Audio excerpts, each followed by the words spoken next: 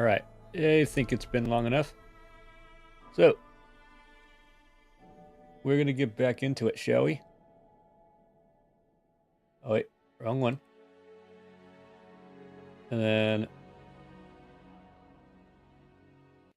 there we go. And... nope. There we...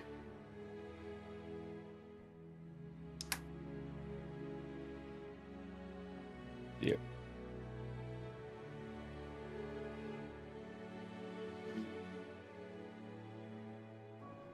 Give me a second.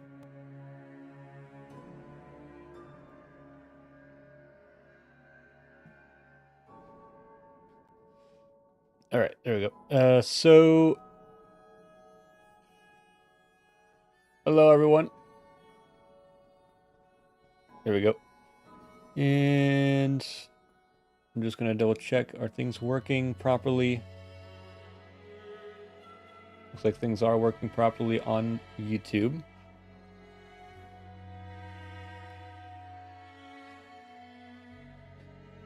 What about Twitch? What about the Twitch side of things? Yep, Twitch is working as well. All right, that's good. That's good. So hello everyone. We're back at it. Those of you who are joining in on YouTube, this is a continuation of our reaction to Epic the Musical from earlier today. But yeah, so let's do an introduction here. Hello, my name's Feth the Exorcist, and yeah, we are doing an Epic the Musical reaction and analysis. This is not a blind reaction, as I've already listened to it all. There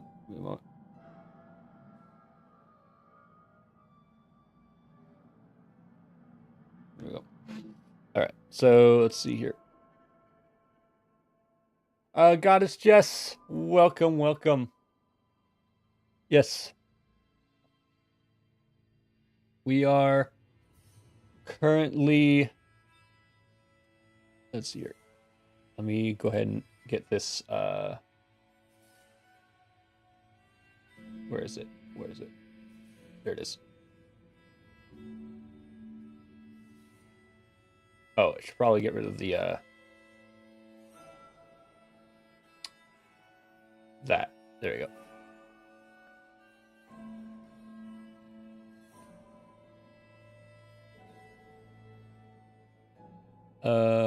Wait, what is that black line?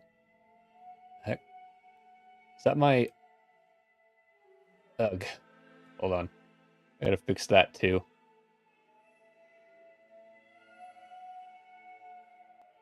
Cut a little bit of it from both sides.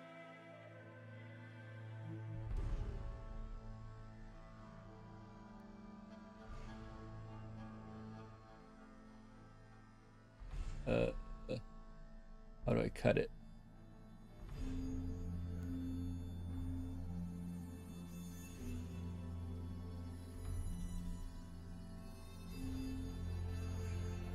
Okay, showing and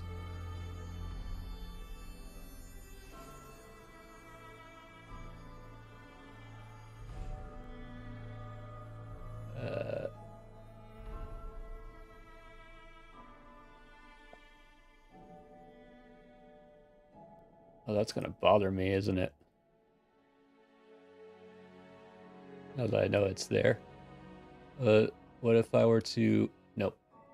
The character's facing this way, so we gotta do it this way. Alright. Well, crap. That's gonna... we're just gonna have to accept that that line is there. No, no, we're not gonna accept that. No. Let's go ahead and fix it right now.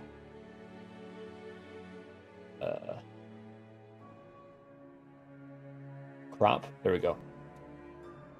Let's crop it.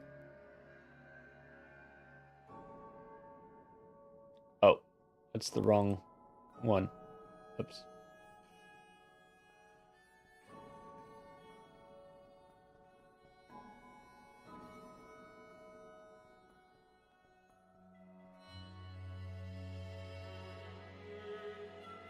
Let's go ahead and do that. And do that.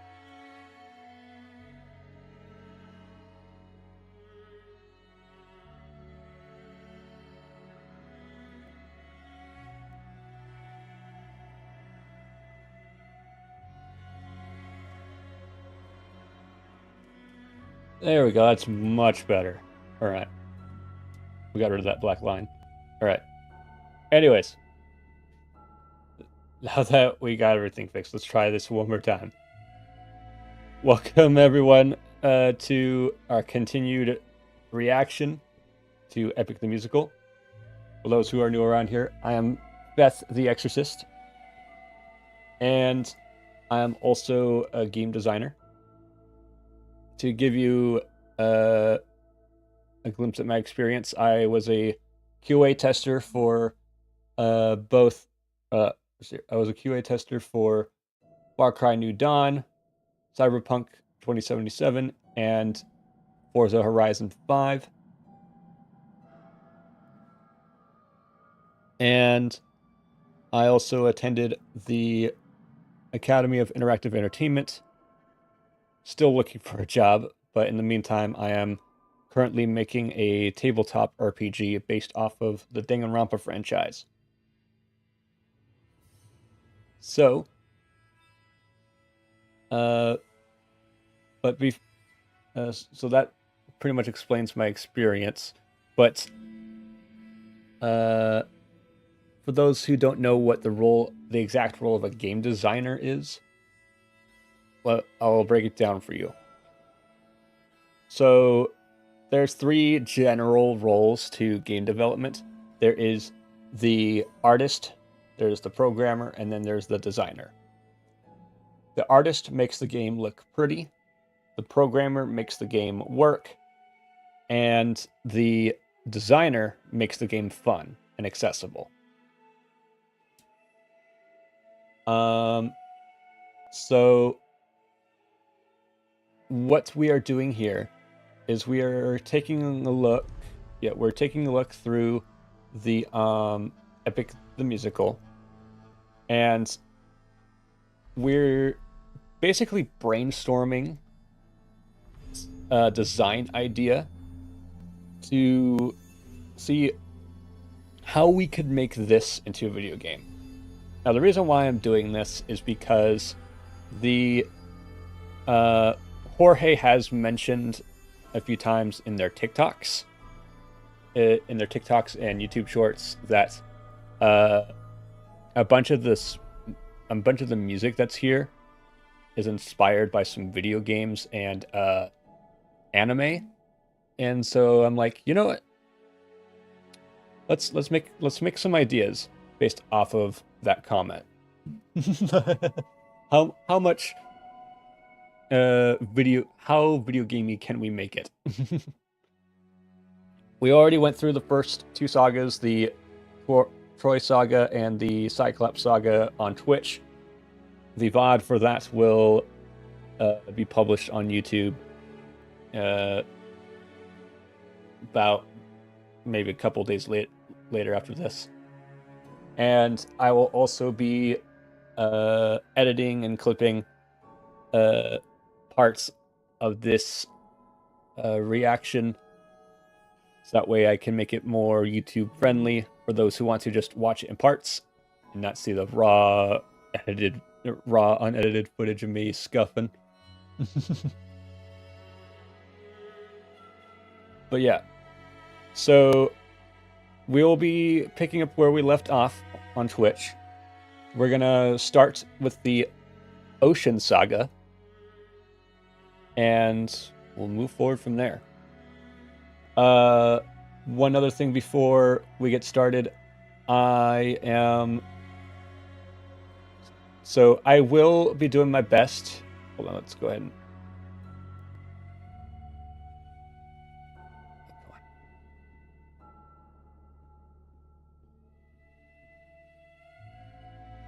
Let's go ahead and make it so that way this can be seen completely.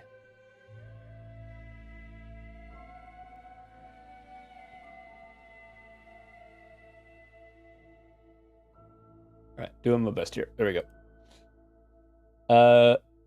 Yeah, so I will be doing my best to, like, give a verbal shout out to the artists that are involved in these animatics.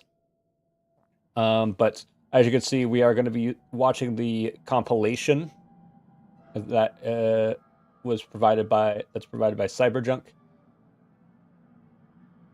and we will, yeah, we're just gonna go through these song at a time as we break things down. When I go to make YouTube edits of this, I will be linking all of the artist channels in the description. In the meantime, yeah, they're just going to get verbal shout outs. Let's see here. Without further ado, let's go ahead and get started. I'm going to be listening. We're going to do a full listen through of each song before we go into the deep dive. So up next is Storm. Oh, wait. I said up next is Storm.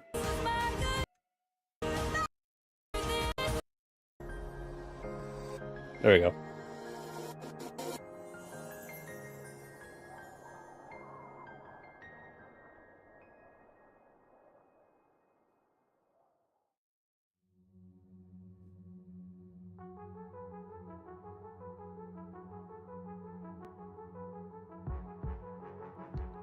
All right, coming in Natzel.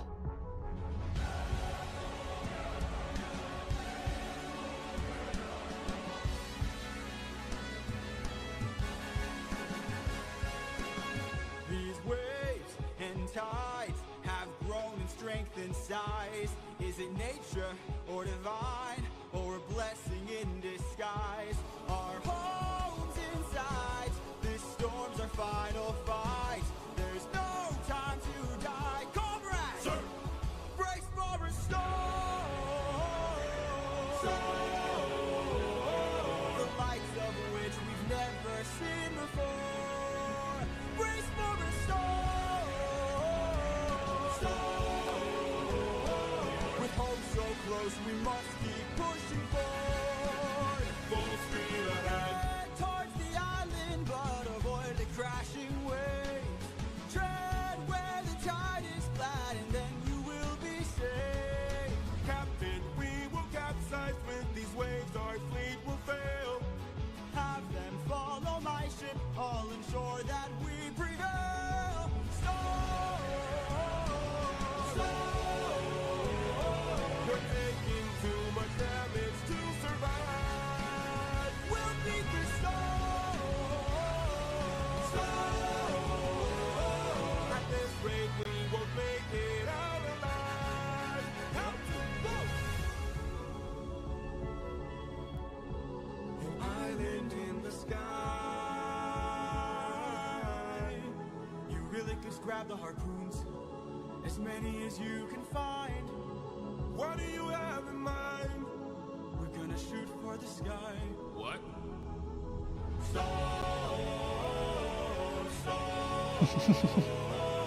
Everyone grab a harpoon and aim it high. Now this shot right here. Tell me you're a fan of the Hercules movie without telling me you're a fan of the Hercules movie. The Disney Hercules.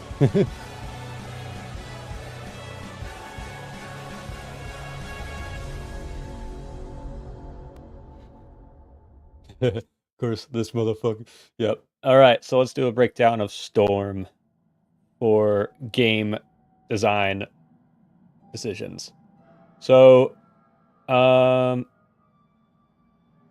earlier, in the previous stream we did on Twitch,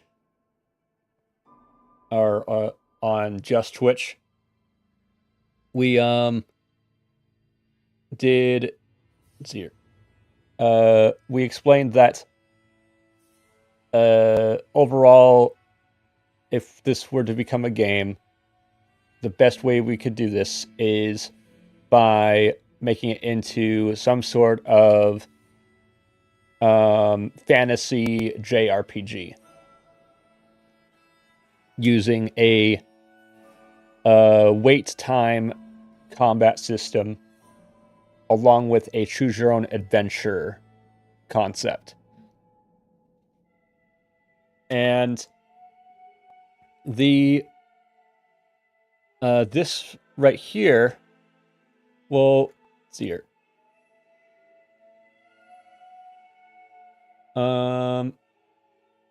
Yeah, this over here, let's go ahead and, yeah, where he's, where Odysseus is contemplating what the cause of the storm is.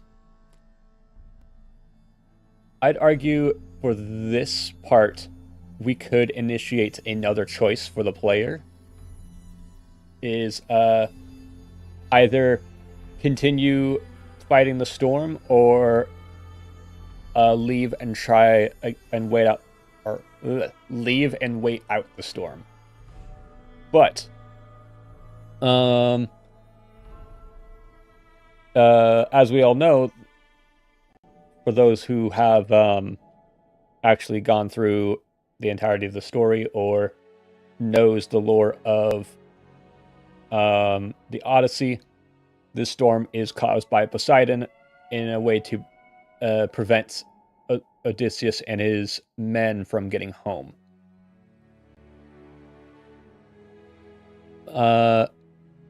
So in this case, we could have the consequence of waiting out the storm be the results of, oh, this storm isn't letting up. Something divine is causing this storm. And then you could start working on a solution early.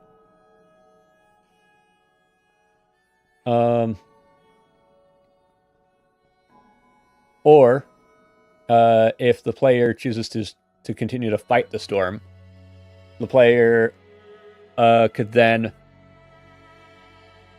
be put into a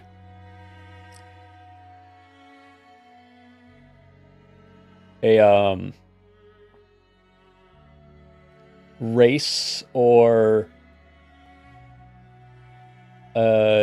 kind of challenge minigame with the naval stuff. Potentially having this section be a test of skill for the lessons that were taught in the naval tutorial for Full Speed Ahead. I mean, if we wanted to make it more video gamey or JRPG like, have some I forgot how you pronounce them, Lastragonians, I think. Yeah, Lastragonians.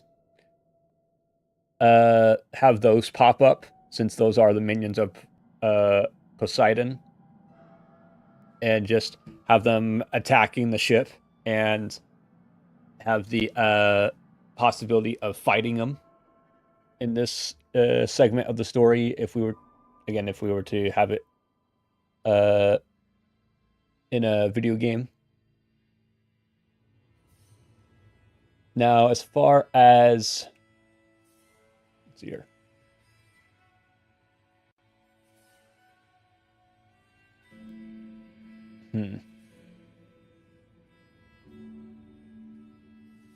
As far as this part right here, the island of Aeolus,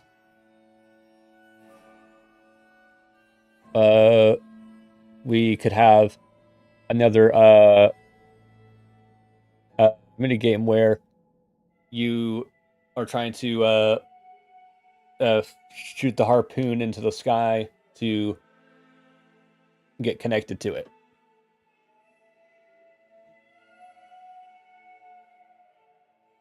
Let's see here. But other than that, I don't see anything else to add here as far as game-wise. Again, like depending on what decision the player makes, it could affect our morality system that we have sort of brainstormed.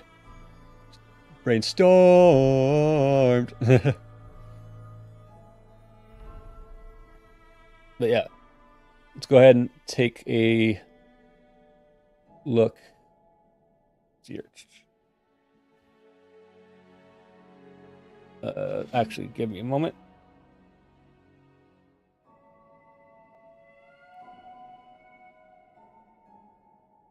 Let me go ahead and make sure that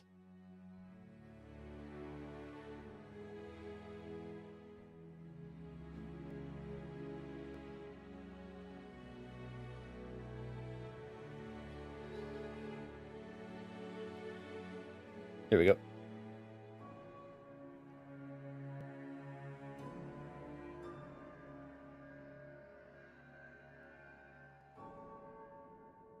Never mind. All right. So let's go ahead and continue to the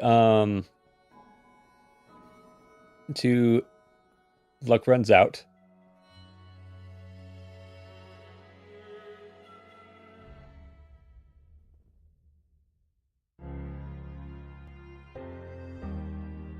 This one's by Crashite.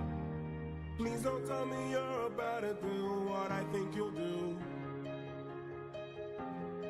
You've heard the legends of the island in the sky. This proves they're true. We're in the home of the wind god. We don't know for sure. How many floating islands have you seen before? This is the home of the wind god. And what's your plan? I'm gonna climb to the top and ask him for a hand. You could be caught off guard and lose your life, or piss off this god and infuse us with strife. Don't forget how dangerous the gods are. Have faith, friend, we've come this far. Yes. Abandoned raccoon. How much longer till your luck runs out? How much longer till the show goes south? How much longer till we all fall down? You rely on wind and people die on it. Whoa. I still believe in goodness. I still believe that we could be kind. Lead from the heart and see what starts. And what will we do when it tears us apart? Where is this coming from, my friend? I just don't wanna see another life end. You're like the brother I could never do without. And suddenly you doubt that I could figure this out. Captain, how much longer till your luck runs out? How much longer till the show goes south?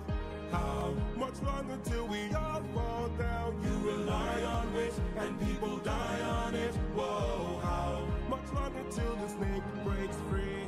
How much longer till your great day sees? How much longer till your strength takes leave? You rely on wish and people die on it. Whoa.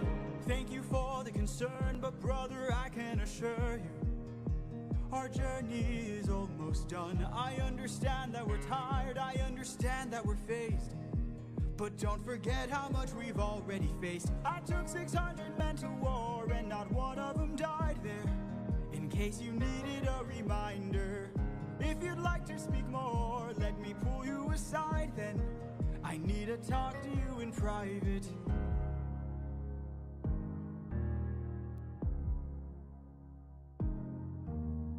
I can't have you planting seeds of doubt. I can't have you disagreeing each route. I need you to always be devout and comply with this, or we'll all die in this. Okay. Okay. Thank you. All right, so let's break this one down. So this one, not too much to unpack here in terms of game design. Possible game design decisions. So this one being fully dialogue heavy, we could have like a bunch of dialogue options in this scenario, like how I mentioned in the previous stream, where the where my goodbye could be a battle between the player and Athena, but not a actual fight, more of a battle of words. And then use let's see, then use this conflict right here as a let's see, yeah, using this conflict as a means of, let's see, another battle of words, but one that has a bit more stakes, because one thing to keep in mind is this is the second in command questioning the captain in front of the crew, which is the last thing you want to see on a ship, because otherwise that is almost guaranteed to spark a mutiny. And so this, for this one, we could just have this be again another battle of words, but this time the player against the entire crew. And if they're unable to convince their make their argument convincing, then either the player won't be allowed to climb to the island, or two, there is a mutiny, or three,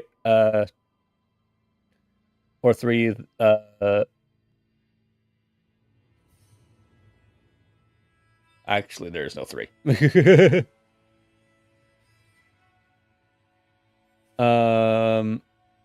Yeah, there's that. Another thing that we could do is possibly provide an option for the player to try to walk this conversation to a private spot earlier, in order to avoid this seed of doubt that's been planted here. Again, adding the relationship dynamic, or the relationship system between the player and the characters, including the crew. Having the entire crew potentially act as a full-fledged character to have its own like relationship system.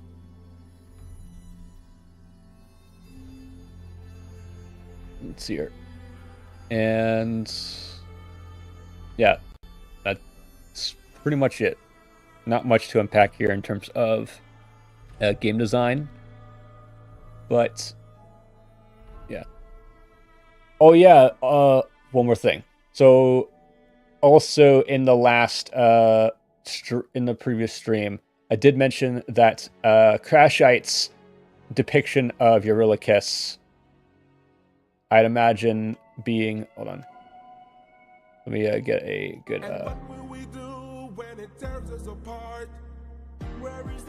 let's get, yeah, right there. So I mentioned that Crashite's depiction of Eurylochus I could see fitting pretty well in the video game. perhaps make him a little bit more meaty. Because Eurylochus is said to be pretty much the tank of the group. Let's see here. And also, I mean, the Scar adds, like, you know, a bit more character. Plus, it's simple. And again, when looking at deciding how to depict a character in a video game, you don't want too much detail, but you also don't want so little detail as to make it not interesting. And so I feel that this is simple enough, but also tells a lot more than what meets the eye. So let's see here.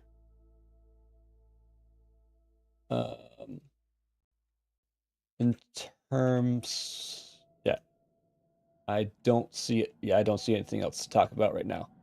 So let's go ahead and move on to Keep Your Friends Close.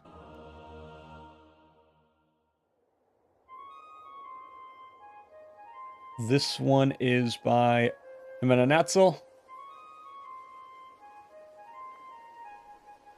Great wind god Aeolus, I don't know if you know this, but our path to home is blocked by an impenetrable storm.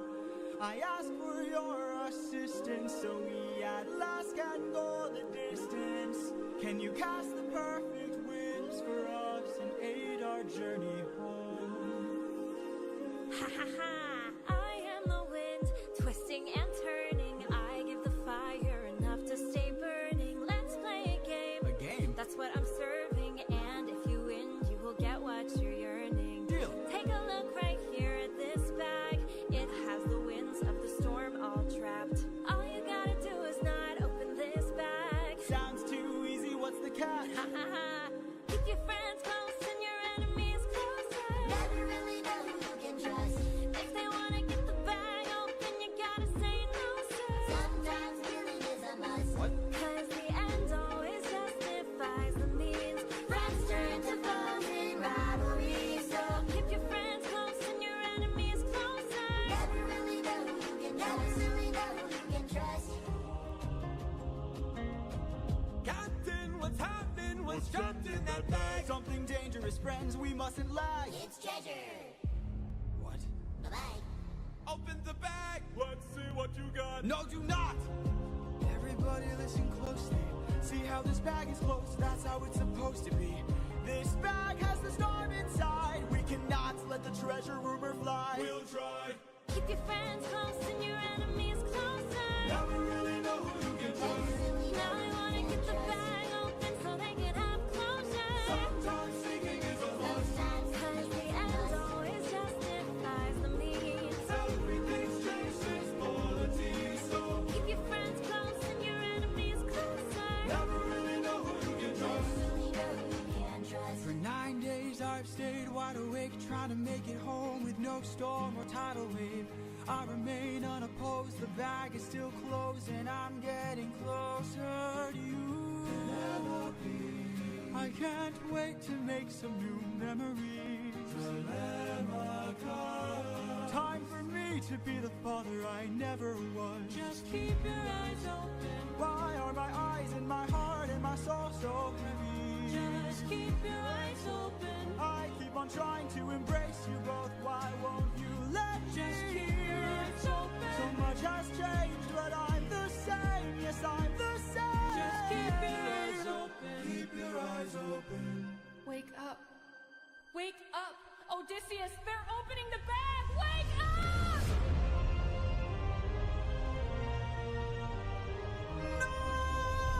Keep your friends close and your enemies closer. Never really know who you can Never trust. really know who you can trust. Almost made up. Where's the storm taking us? I said to keep the bag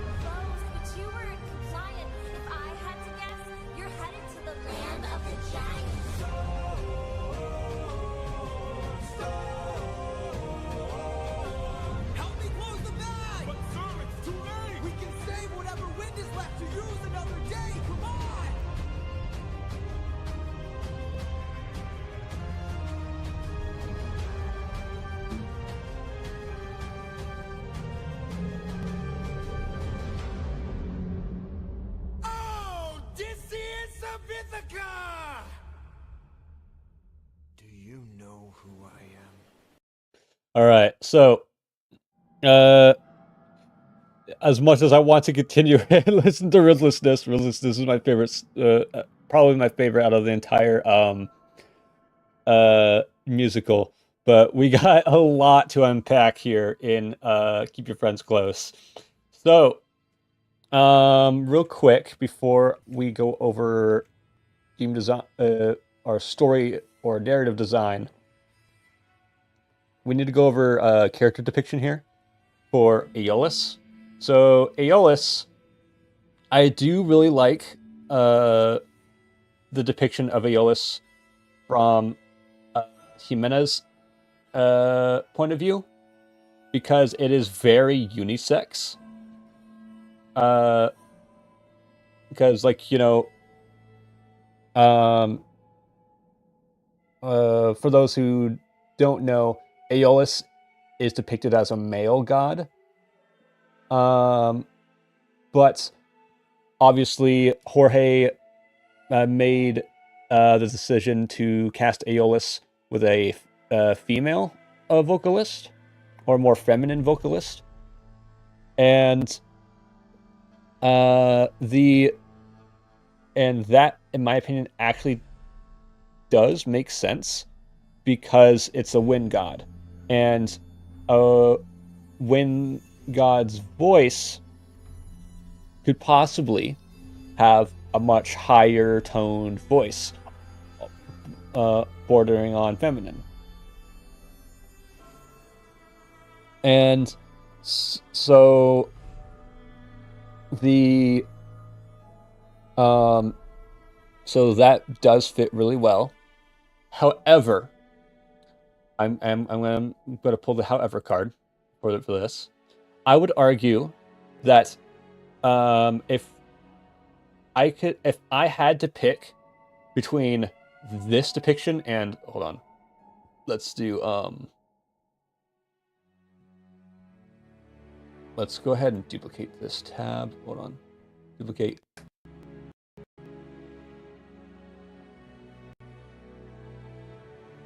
I ask for your assistance. Okay, there we go. Keep your friend. Ah. Friends. I'd argue that Gigi's depiction of Aeolus is a bit better. Hold on. Let's go ahead and find. There we go. Yeah. This depiction of Aeolus, I think, works a bit better. Possibly do a... If we were to... yeah. If I had to pick between one or the other, I would favor Gigi's because it is more unisex. Because there aren't really any feminine features or what you could say definite feminine features, nor masculine features, just neutral. And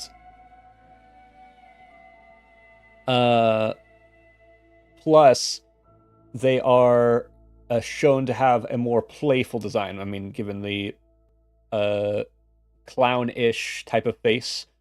And granted, both designs show no pupils whatsoever, which does fit really well. But this one seems more playful, more trickster. I mean, because also, let's go ahead and take a look at what Aeolus's full domains are. So let's, yeah, so Aeolus.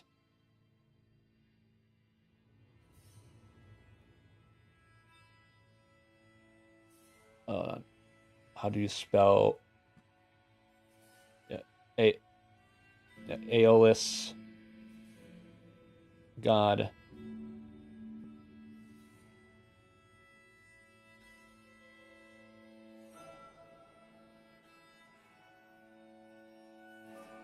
Okay, So Aeolus is the god of. It's just strictly the god of winds.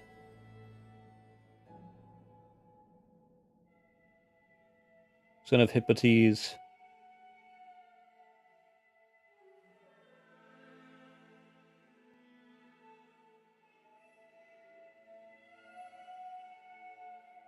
Here.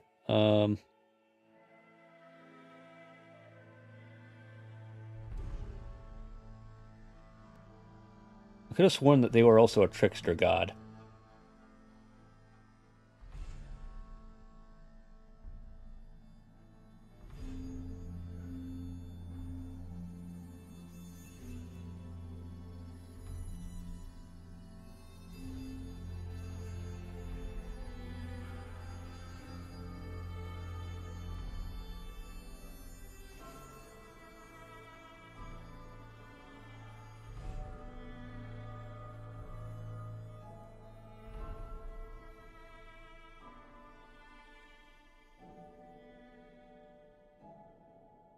Okay, yeah. So looks like they're not.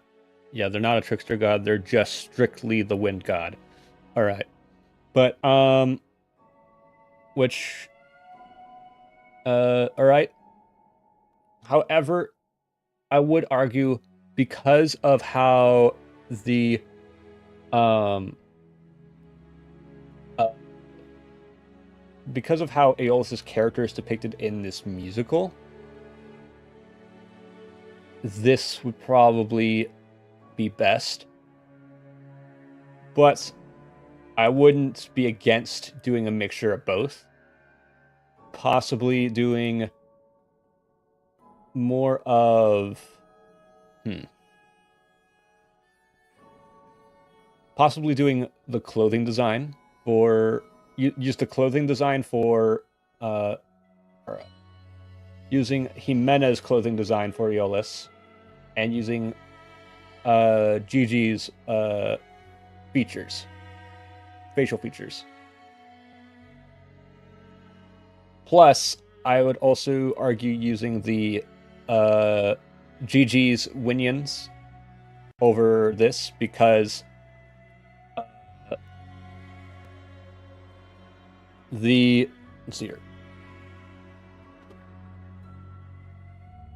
Because then we get to put a face to what is singing or what's or put a face to the winds that get carried.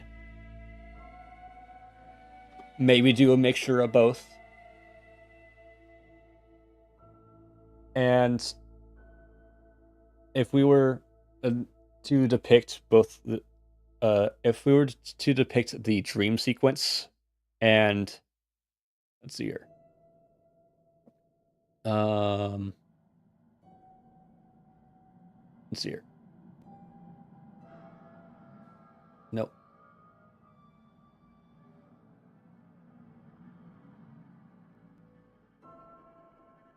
There we go. So here's the dream sequence for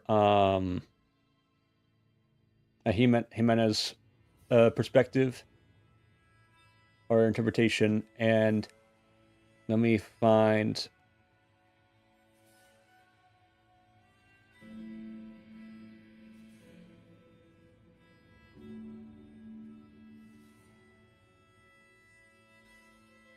let's see here. Let's find a good image. No.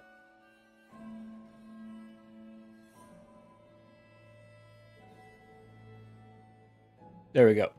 So this sequence and this dream sequence, I would argue having Jimena's dream sequence over Gigi's, but include the scratching of the eyes, the scratching out of the eyes, because again, Odysseus has not seen his son in over 10 years, so he would not know what his son looks like.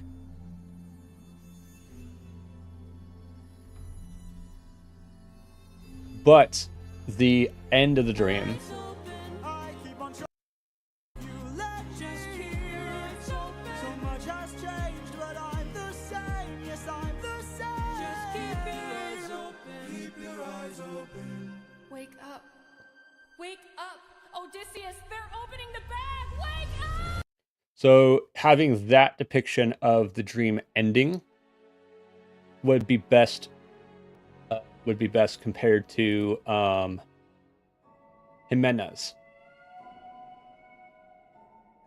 But while we have Gigi's up, I do want to bring back a point I made in the previous stream about spin shots.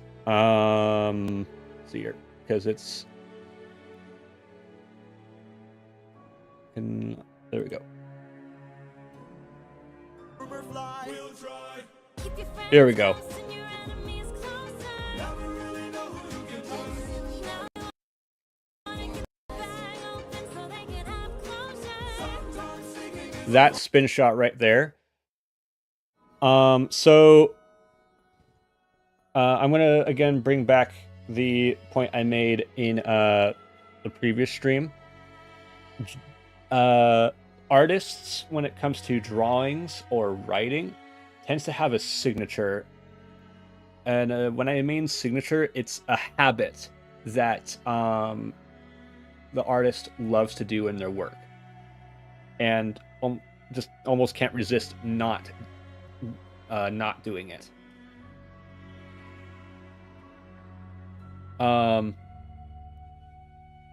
Or can't resist doing it. And in Gigi's case, it's spin shots.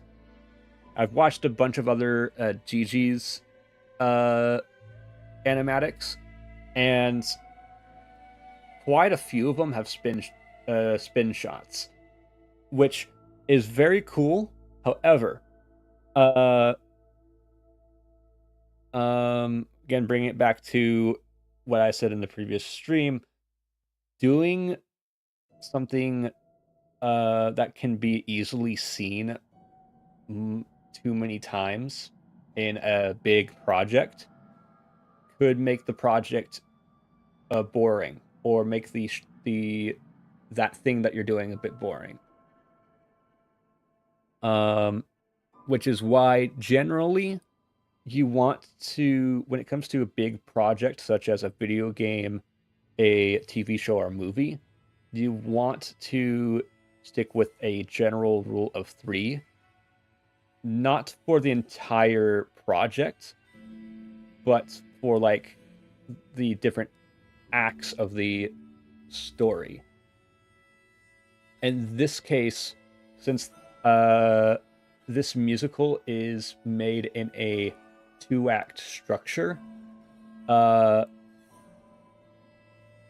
Gigi, if I were to basically hire Gigi for this to just make all the animations for the entire musical, in order to follow that rule of 3 per act,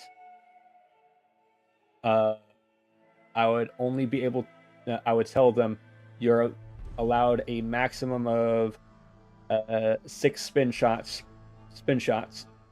Only 3 of them are allowed in each act. So you decide where. But I did also mention that this part, the spin shot in all the way back in The Horse and the Infant, and then Puppeteer, Gigi's Puppeteer spin shot, those 3 spots would be best. I would say Monster would be an exception, because it is meant to display, Monster is meant to display a internal argument with Odysseus himself, And because of the chaos of emotions that is going through his head, a spin shot does make sense in that moment. Plus, usually when you're doing a spin shot in a cinematic in a cutscene, essentially, a spin shot usually means chaos, or a spin shot is meant to show chaos, generally. It's either that or to show off the scenery. In this case, I'd argue that the purpose of this spin shot would be to show off the scenery of not just the environment, but also the turmoil of the turmoil or lack of trust between Odysseus and his crew.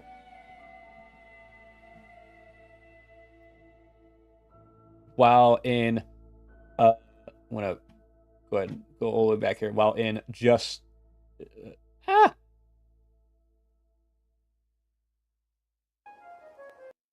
right, there we go. Well, over here,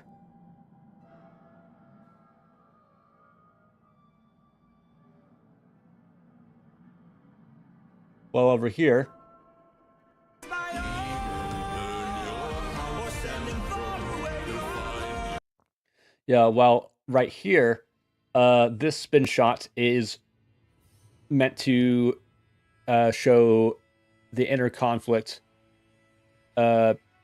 with Odysseus's morals.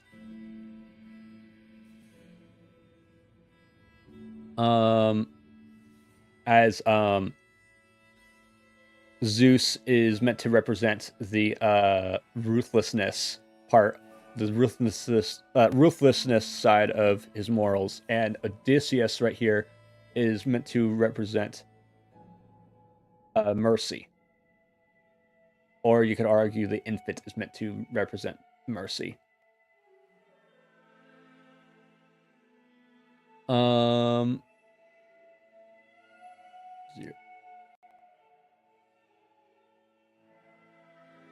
But yeah.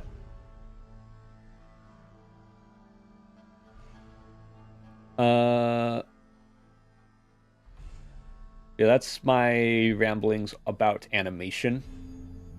In terms of gameplay, here, this part, all the way up until receiving the bag, I don't think there's much to do. It's just basically from the beginning of the song to the point where he has the bag. That is the cutscene. That is the cutscene for that part of the story.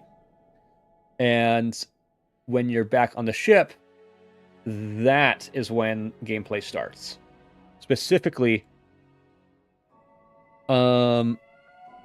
doing a bit of like a management or multitask type of game where you're trying to stay awake, you're trying to complete you're trying to accomplish some tasks throughout the ship, but at the same time you need to make sure that nobody touches the bag.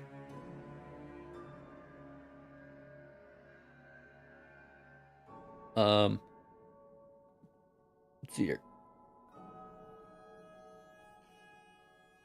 And well, I'd argue that possibly at this point where the bag is being opened, or not there. Hold on.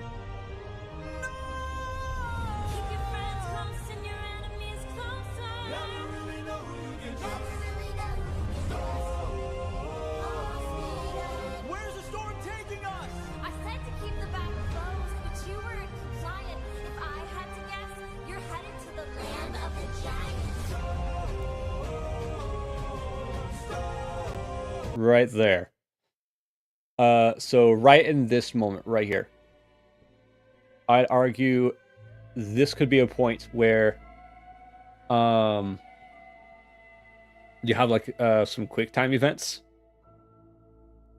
to stay steady and or try to seal the bag to save whatever wind is left.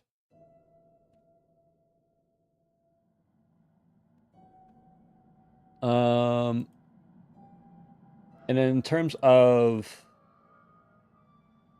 the bag opening itself, I'd say use Gigi's version of the bag opening because it shows the wind coming out and it's still coming out. However,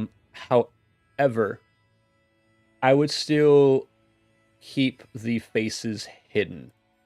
I'd keep the faces of the people hidden. So that way, because we all know who opened the bag, but for people that are experiencing the story for the first time, you would want the faces hidden, so that way you don't know who did it until it is revealed.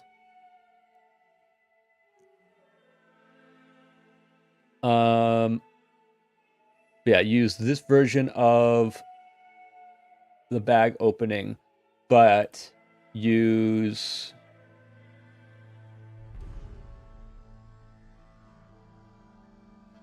hold on.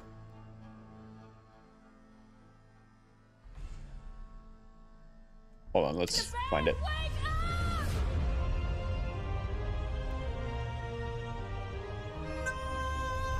Keep your friends close and your enemies closer. Right there. I'd argue this depiction, I'd argue this right here, we could use the full depiction of Jimena's Aeolus, specifically blended in with the clouds, because Aeolus doesn't really leave their palace or their temple. So, but they're still able to control the winds. And so Aeolus, still being in the clouds, is able to directly blow on the ships. Just like Where's the storm here. taking us? I said to keep the back. A little bit like this. Giant. If I had to guess, you're headed to the land of the giants. But yeah.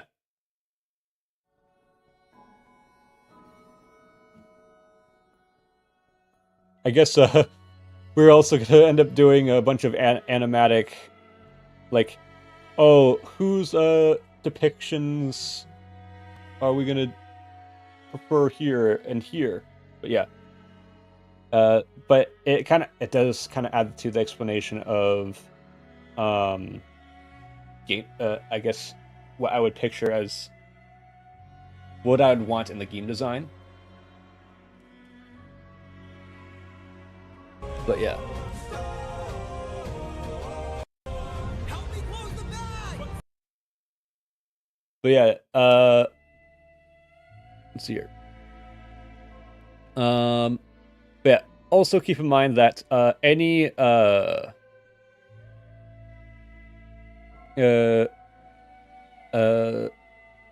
don't mind my criticisms. I'm not trying to be critical about it.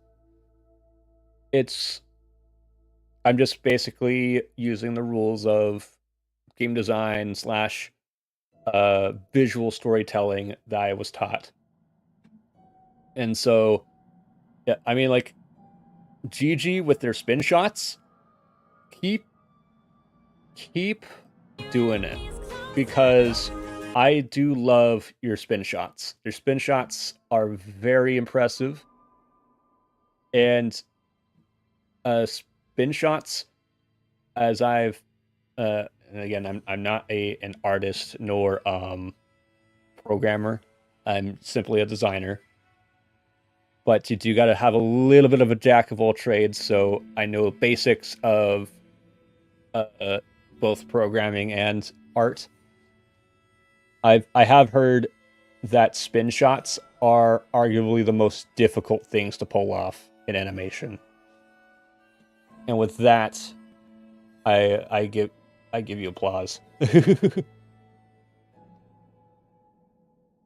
But yeah, still following the rules of three that we're applying. Adding too much spin shots would has the risk of either boring or scaring away certain audience members. Especially because a spin shot is very noticeable in terms of signatures. If you want to have a signature that stays in all of your artwork when it comes to long-term animations, or animations that are longer than just a song, then typically you would either hide a watermark somewhere. Crashite had a watermark like right down here, but in terms, let's see here. I've been trying to figure out Jimenez signature. I think Jimenez signature might be let's see here. I think Jimenez signature is the is probably using the square method for the torso in drawings. Because like if we were to even look at, yeah, see these are square-ish, and if we were to look at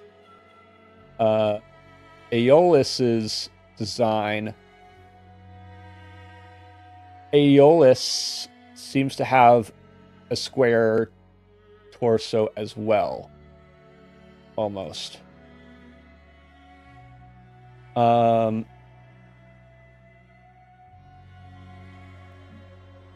And if I remember correctly, that is also very prevalent in Dangerous, in Jimenez's depiction of Dangerous.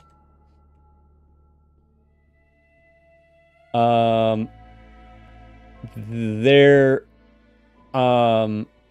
could also argue their signature could be the comedic, cartoony stuff that happens in the background.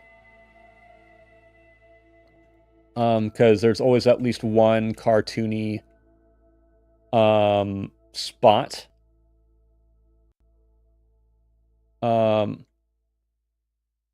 Like this right here could be seen as cartoony. And it's usually to add a bit of this right here does make more sense and does fit more in a long-term project in terms of signatures, because adding comedic relief in a lot of in certain scenes can helps take away the tension from the audience. But again, there is still the thing as doing it too much, especially in a Greek tale, because Greek tales are meant to be tragic. So having too many comedic shots that are like pretty much blinking, or having too many obvious comedic shots are going to take away the impact of the story. However, the way that Himina does it, Himina does their comedic shots a bit more subtly. It wasn't so subtle in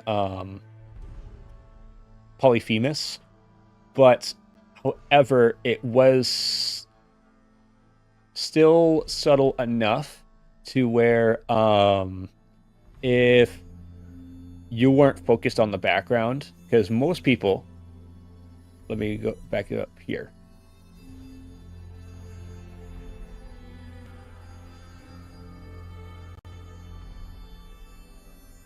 There we go. Yeah, see.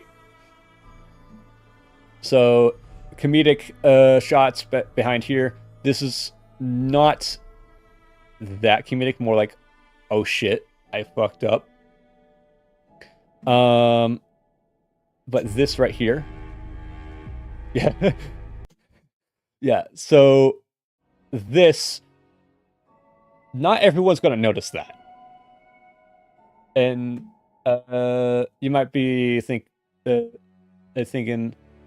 what are you talking about? This covers like a third of the screen. But look who's in front. And not everyone is going to pay attention to the background in a stressful situation as Polyphemus. Meanwhile, here, it's not very subtle.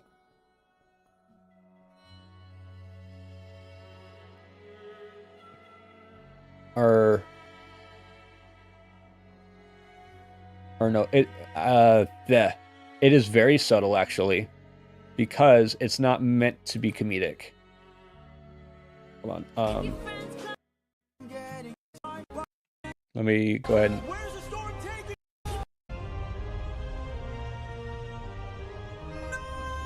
Or not comedic, cartoonish. This is cartoonish because of the size difference and the lack of facial or mouth expressions.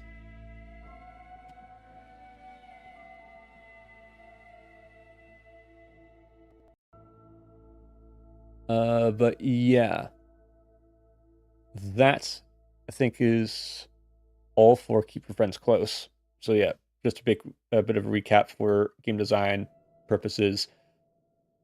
We would want a mixture of both Gigi's Aeolus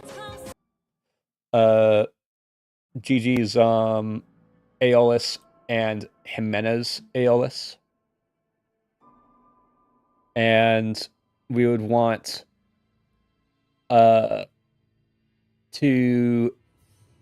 have some quick time events here, along with a let's see here, a like a keep away mini game.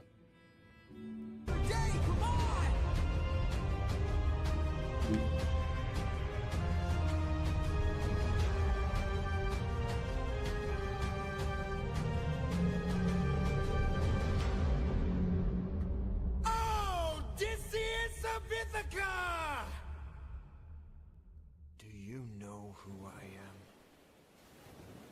am? All right, here we go. Neil Illustrator.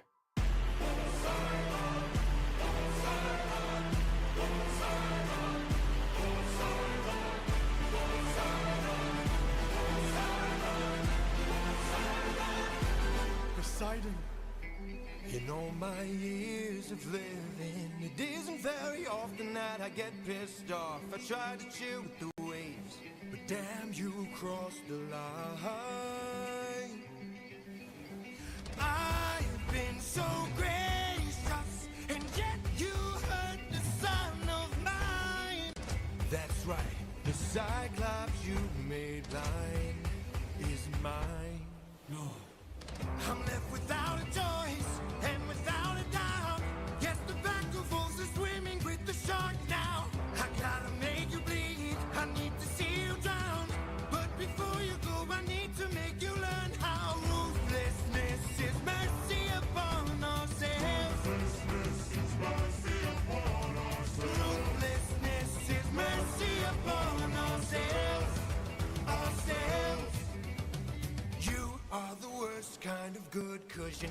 even great. A Greek who reeks of false righteousness, that's what I hate. 'Cause you fight to save lives but won't kill and don't get the job done. I mean, you totally could have avoided all this had you just killed my son. But no, you are far too nice. Mercy has a price. It's the final crack, we're about to break the ice now. You reveal your name, then you let him live. Unlike you, I got no mercy left to give. 'Cause ruthlessness is mercy upon ourselves. Ruthlessness is mercy upon ourselves. Ourselves. And now it is finally time to say goodbye. Today you die, unless of course you apologize for my son's pain and all his cries. Poseidon, we meant no harm, we only hurt him to disarm him. We took no pleasure in his pain, we only wanted to escape. The line between naivety and hopefulness is almost invisible, so close your heart. The world is dark and ruthlessness is die.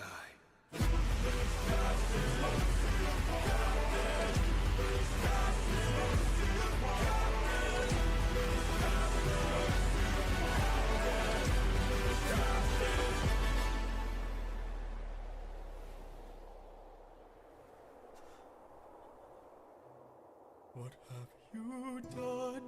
When does a ripple become a tidal wave? 43 left under your command. When does a man become a monster? I am your darkest moment. The monster that always draws near. Any last words? All I gotta do is open this bag. What?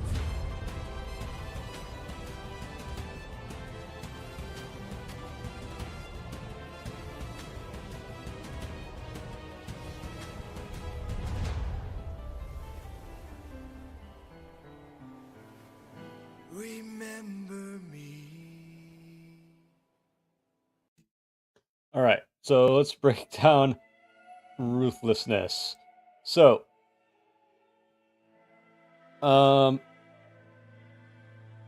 so I do like new.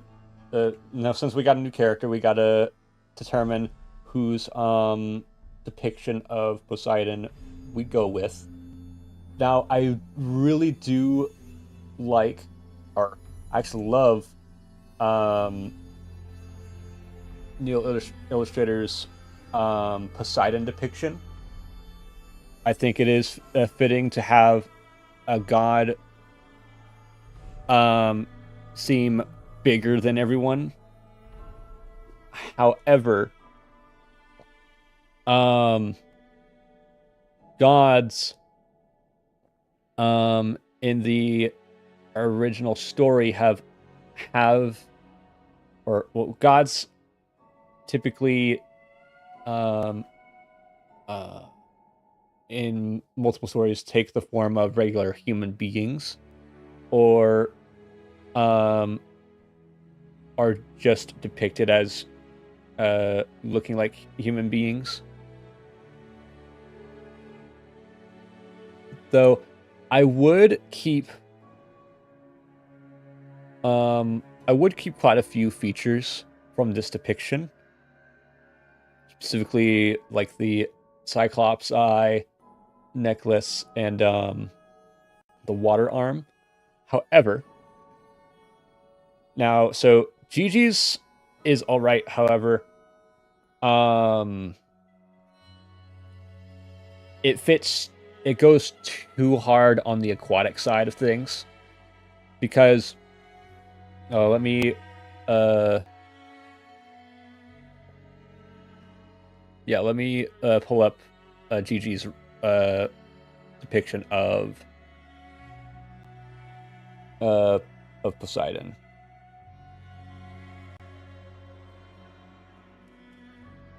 There we go.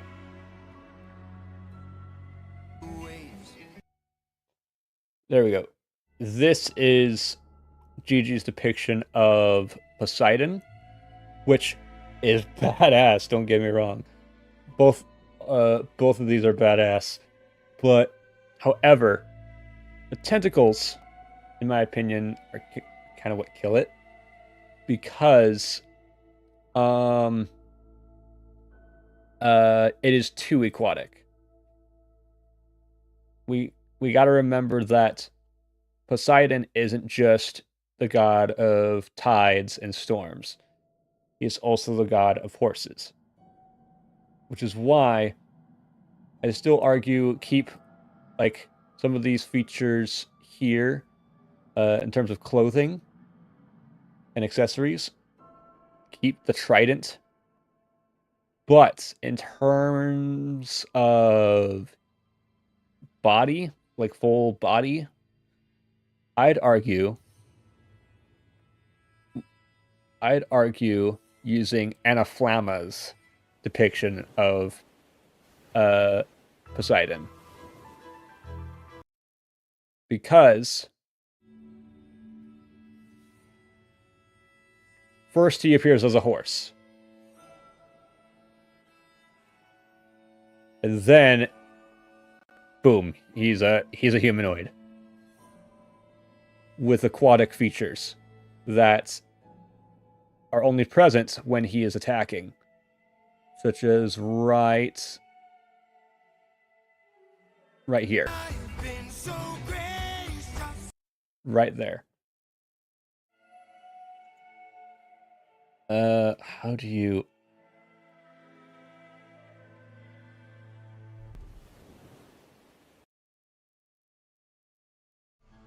Alright, yeah.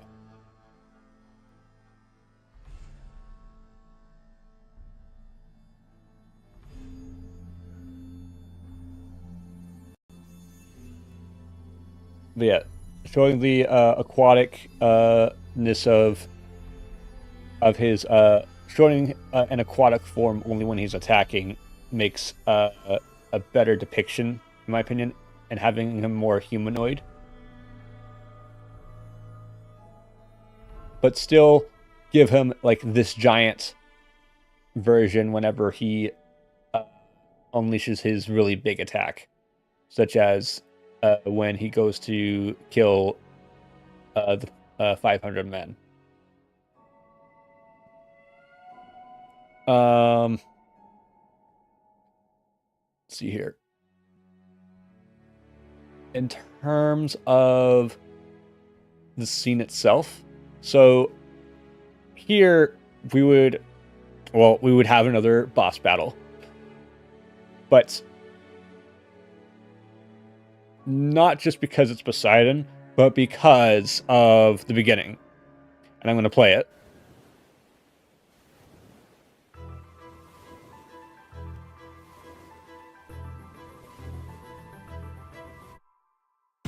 Poseidon, Poseidon, Poseidon, Sephiroth, Sephiroth, Sephiroth, Sephiroth, Sephiroth.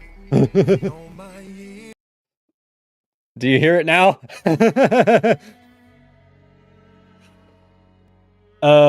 So this is Epic the Musical's version of Sephiroth. You cannot tell me otherwise.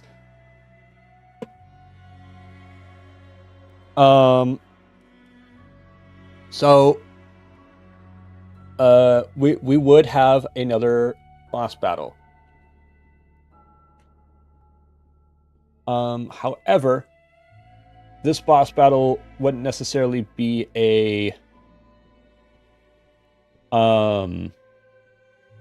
your typical wait time combat fight, because of the scene. Hold on. But no, No, wait. on ourselves. Just and There we go. I've been so gracious, and yet you hurt the son of mine. That's right, the Cyclops you made blind is mine. No. I'm left without a choice and without a doubt. Yes, the back of wolves are swimming with the shark now. I gotta make you bleed. I need to see you drown. But before you go, I need to make you learn how ruthlessness is mercy upon ourselves. Trying to get to that one spot. Ruthlessness is mercy upon ourselves. Ourselves. Right there. Because in this depiction, we lose the windbag temporarily.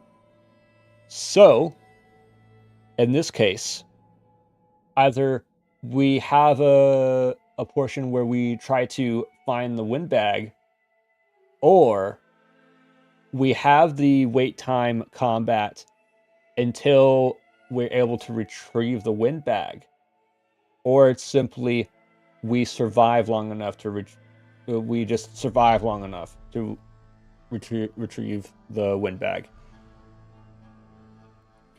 Now, in terms of consequences for failing to close the bag in the previous song, instead of facing Poseidon, well, we faced the last Dragonians in the Land of the Giants.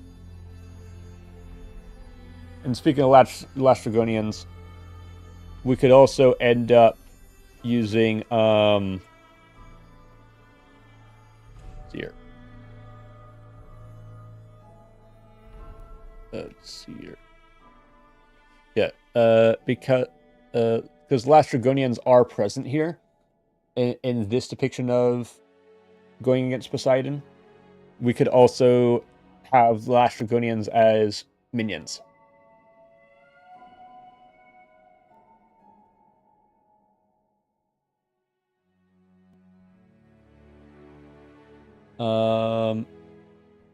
As far as how the fight ends, well, of course, the fight would end.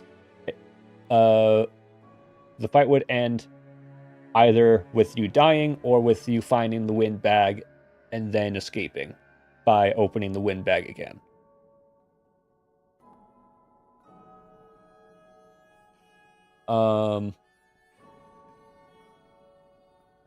However, in terms of being able to save the 500 men that die, I would argue we do not leave that up to possibility. Because, again, this is meant to be a tragedy, and if we leave the possibility of their of the men surviving, then our player wouldn't be suffering from the consequences of their actions. They wouldn't be suffering from any consequences other than just, encountering Poseidon and then escaping. The killing of the 500 men must happen regardless.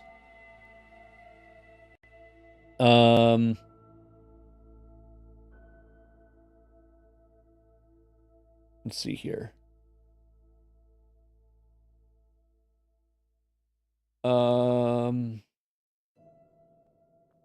But I think that's all to cover in Ruthlessness. So yeah, to recap for Ruthlessness, we would use a mixture of, or we would use this humanoid version of Poseidon for the game depiction, and only use Neil's hold on.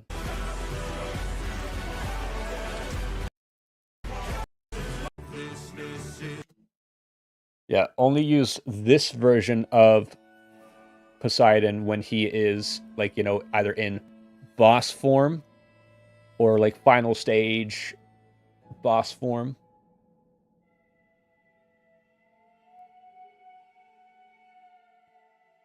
But yeah.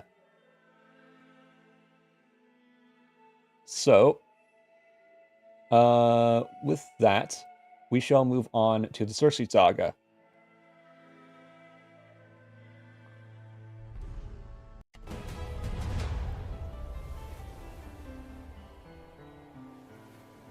Remember me.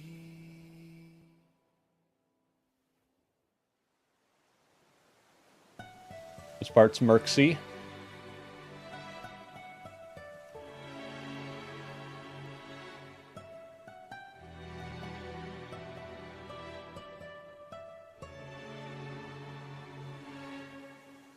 Captain, I have something that I must confess.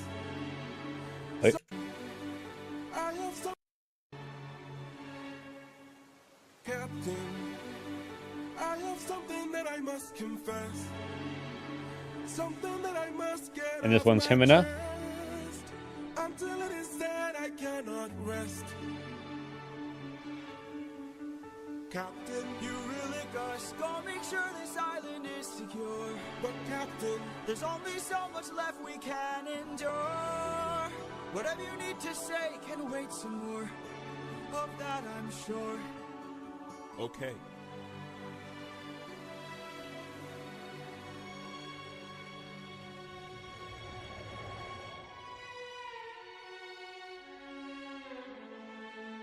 Eurylicus, back so soon. Where's the rest of your crew? And by the gods, what happened to you? We came across a palace. Inside we heard a voice. It seemed to show no malice. To greet it was our choice, but nothing could prepare us for the power that awaited inside. What did this palace hide? Sir, since we left home, we faced a variety of foes from a wide range of places. Gods, monsters, you know the roster. Hostile creatures that we could resist. But this was a hell of a twist, cause we are weak to a power like this. What was it? a woman. What? Just 2 words. Come and shine. Damn. Welcome to the best part of your life. Go ahead and rest wherever you like. I've got you. Don't worry, Sassy's got you now. Only I stayed outside, but the rest went in. Take a seat. Let me bring you all something to eat. I bet you're tired from the years spent on your feet. I've got you. Don't worry, Sassy's got you now. By the time they ate, it was far too late.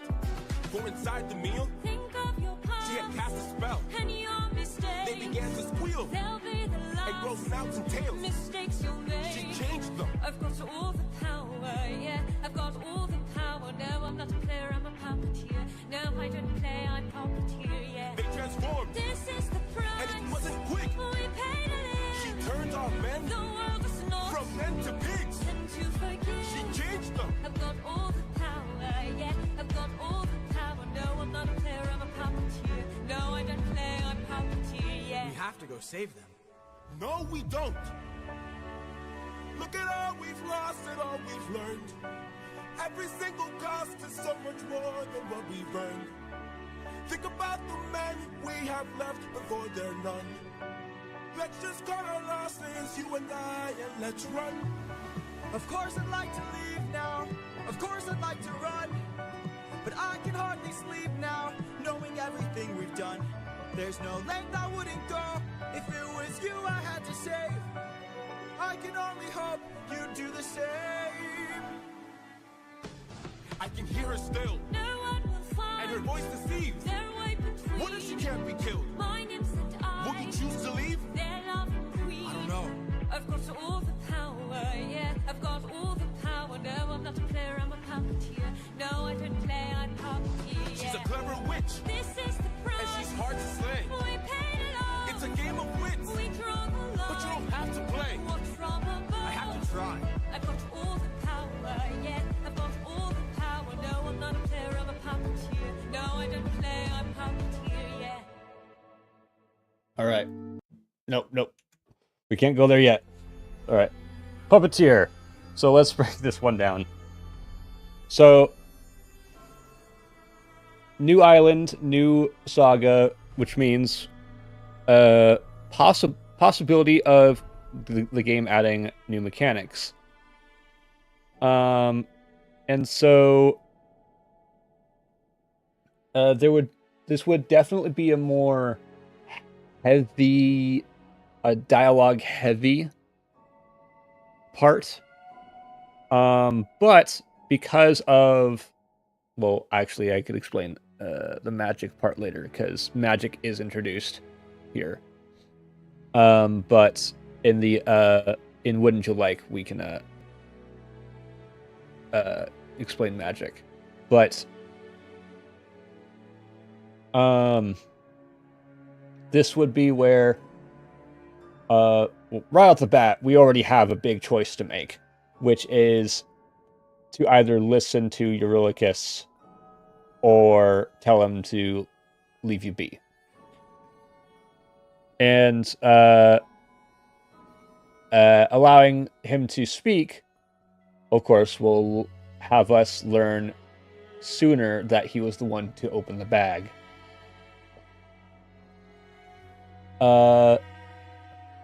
Then we have the choice of, just telling him telling him to leave us alone and have him secure the island. Which leads to the encounter with Cersei. I'd argue no matter which choice you make, you're going to encounter Cersei because this is Cersei's island. Let's see here. Now, as far as the depiction of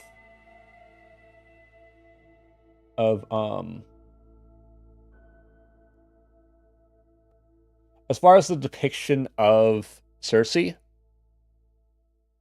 I'd say, because again, new character, which means we gotta determine which depiction we prefer. So this one is decent. However, I've noticed that with both, if it wasn't for the different shades, I would have a difficult time telling between Cersei and Penelope just by if we're to just look at the drawing alone. So I would say, so I don't think Gigi's depiction would fit either. Possibly, okay, so epic musical, puppeteer, animatics.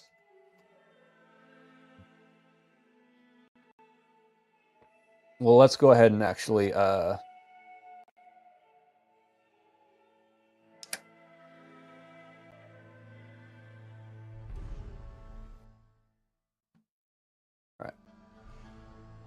let's do this, and then let's do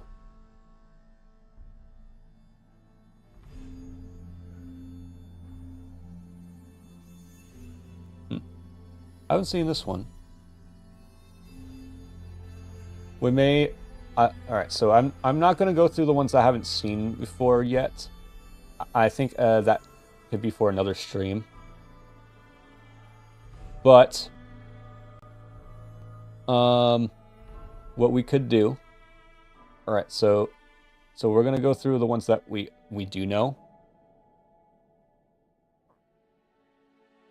So let me go ahead and look at you.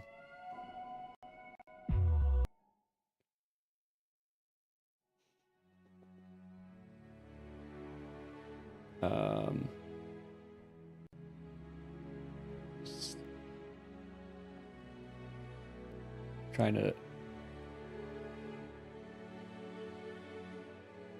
Is that it? No.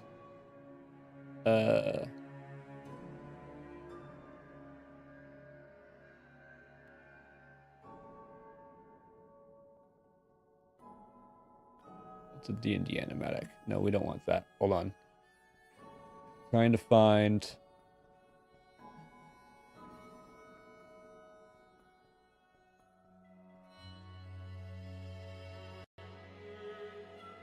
Where is it?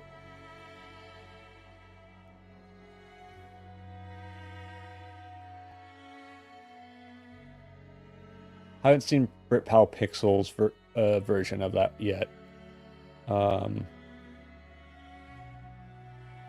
There was one particular depiction that I saw. I'm trying to remember the name of the artist.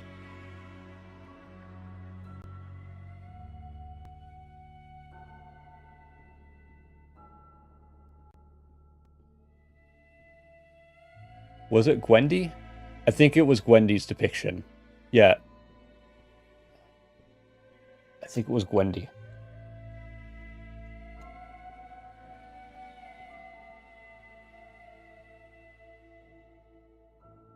Yeah, Gwendy's depiction of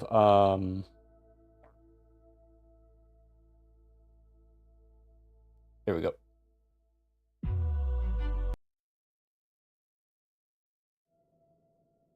All right.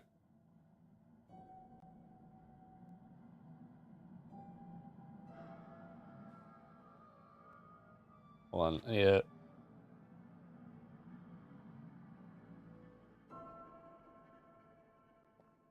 All right. So let's go ahead and get.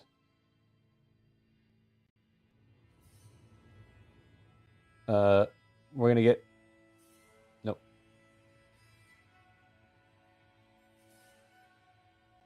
All right.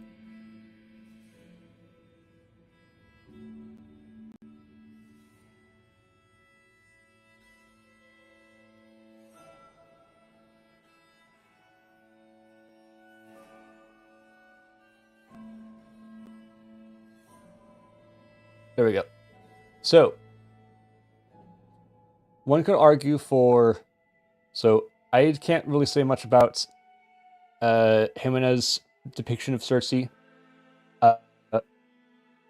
I will say that I'm going to have to say that it would be a tie between these three. Gwendy's, Gigi's, and Anaflama's depictions of Cersei. Because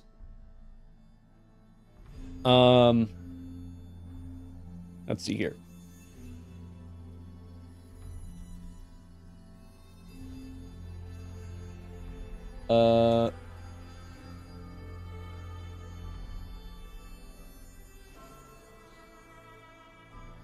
Well, let's see here.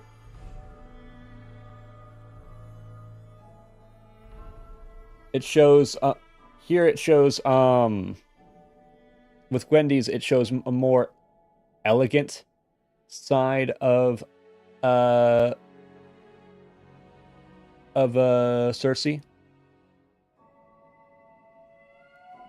With Gigi, we got some elegance but also playfulness.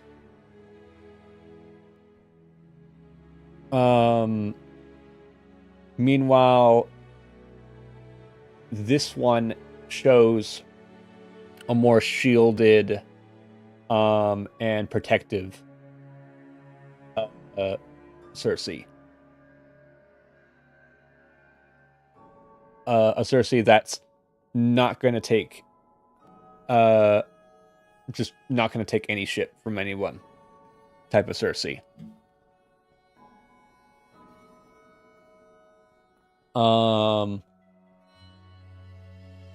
But I would also say that because Odysseus is supposed to be short, I and in Gwendy's depiction of Cersei, Cersei is shorter than Odysseus. I'd say that GG's and any Flammas would more than likely be the final tiebreaker. And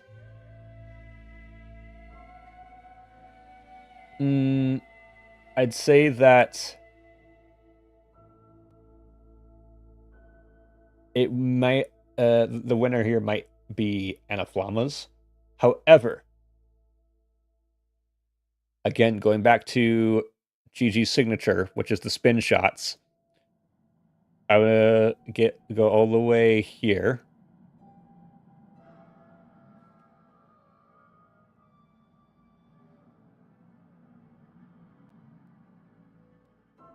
And this is the spin shot that Mortius went insane over. And to be honest, I kind of did too when I first saw it. Hold on.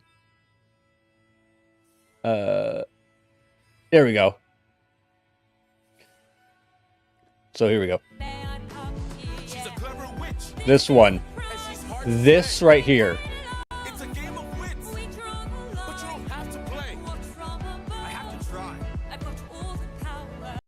Right there is how you use a signature as noticeable as GG's and make it unique. If this were to be included in if again using if we were to apply the rule of 3 to this would not count towards the rule of 3. This would not count towards the rule of 3 because it is a unique spin shot. It's not just an ordinary spin shot. She's a clever witch. It's so first we see Odysseus and Eurylochus. Then we see Cersei back, forth, back, forth.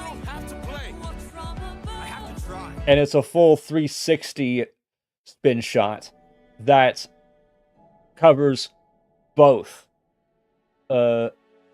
perspectives, which again, because of how unique that is, this would not count towards the rule of 3 limit in terms of signatures. Or in terms of artist signatures.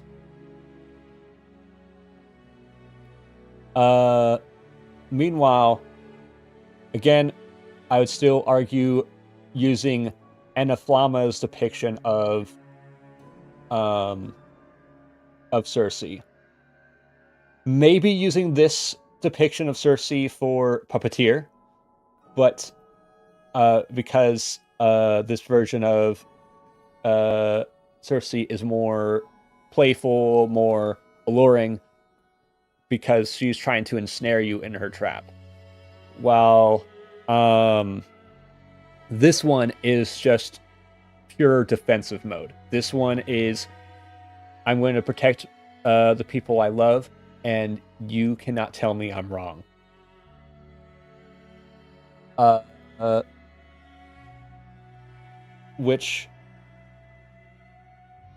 So honestly, I'd say, yeah, both of these two would take the cake in terms of how I'd see Cersei depicted if we were to insert Cersei into an Epic the Musical video game.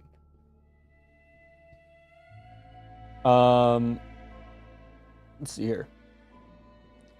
But also, as far as the ending, I would also go with GG's because it shows just how it shows more of how dire the situation is, given how many pigs there are in this shot.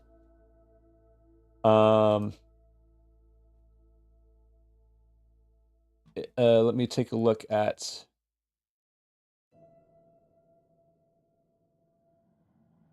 I would still take some shots from Jimena's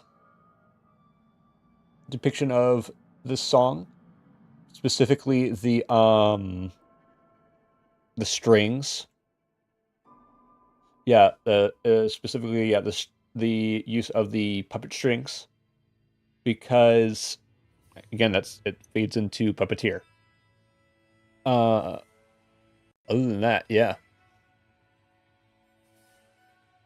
that is. I think that's my 2 cents on it. With that, let us go ahead and move on to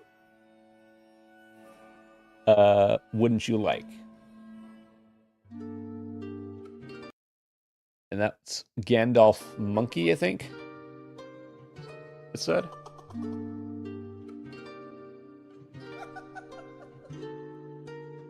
I must say, what a brilliant speech you gave. Who goes there? Just a friend who could help you save your men. A foe like Cersei's not to be messed with. You want to beat her, you'll need the blessing of a certain god. Divine intervention, someone who's not afraid to send a message. Hermes? Wouldn't you like a taste of the power? Wouldn't you like to use more than words? Deep in the night, the fight lasts for hours. You can be hurt or you can beat her. Wouldn't you like to have some of the magic? Wouldn't you like your outcome preferred? Deep in the night, the fight can be tragic. I'll help you conquer her. She can turn you to an animal that'll end up on a plate. She can all but make you fall in love like you're on your 100th date. She can conjure up a monster that'll grind you to the bones. She has all the ways to hurt you when you take her on alone. Wouldn't you like a taste of the power? Wouldn't you like to use more than words? Deep in the night, the fight lasts for hours. You can be hurt or you can be turned. Wouldn't you like to have some of the magic? Wouldn't you like your outcome preferred? Deep in the night, the fight can be tragic. I'll help you conquer her. Here in the root of this flower, there lies such a power to take her on. You must consume and digest it, then you'll manifest a being of your creation. All you need's imagination, though it's only for a moment. Till you've beaten your opponent. And I call this route Holy Moly. Wouldn't you like a taste of the power? Wouldn't you like to use more than words? Deep in the night, the fight lasts for hours. You can be hurt or you can be hurt. Wouldn't you like to have some of the magic? Wouldn't you like your outcome preferred? Deep in the night, the fight can be tragic. I'll help you conquer her.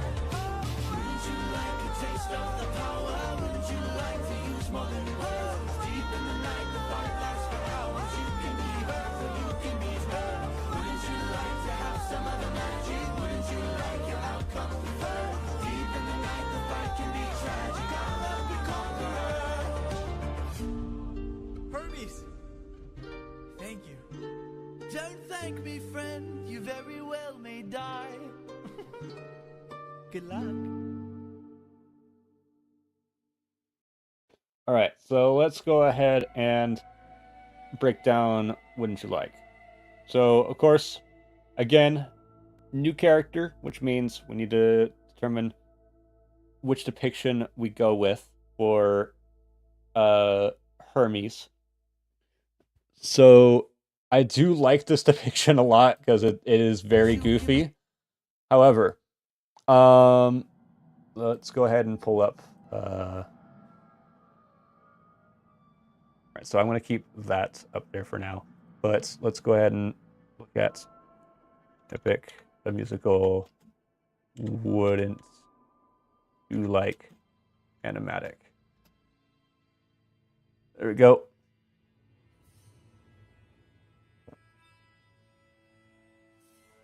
Yeah, so I've seen this one. So we can open that one up.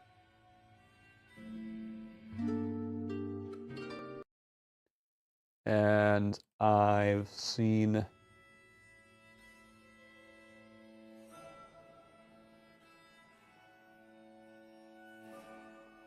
I have seen this one. So we'll also do that.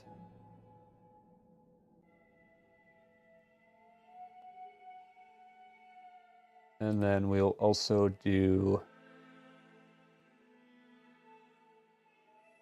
I've also seen Crashite's depiction. I've honestly, I've seen a lot of depictions of Hermes, which doesn't surprise me because Hermes, anytime he takes the stage, steals the show. So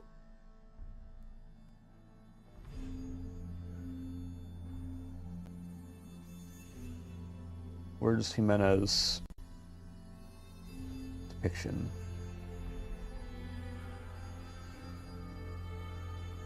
Oh, there's Gigi's.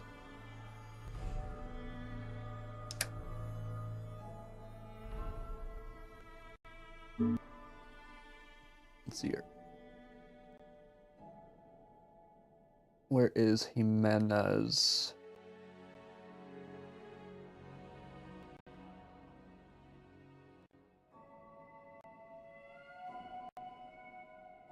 Why is it in a playlist form?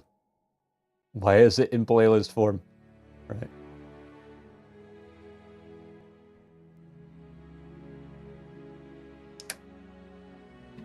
There we go. We got a lot of choices here. All right. So, with that, let's go ahead and look through them. So, starting with Laritamu. I think that's how it's pronounced. I'll just call him Larita for short.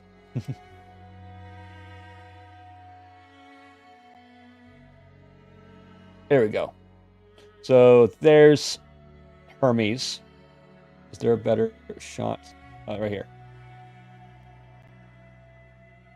So this one, we got this one. We got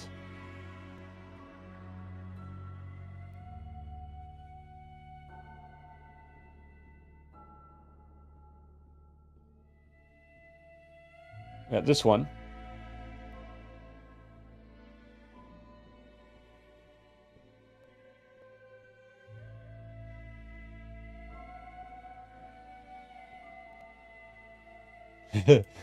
There's that one.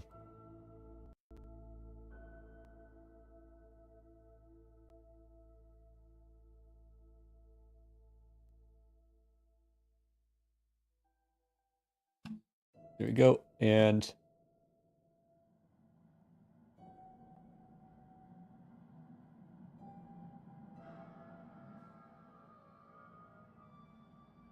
there we go. There we go. So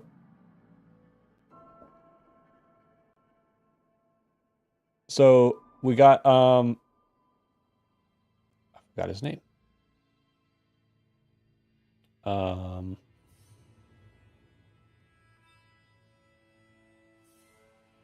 on, let me get the guy's name again.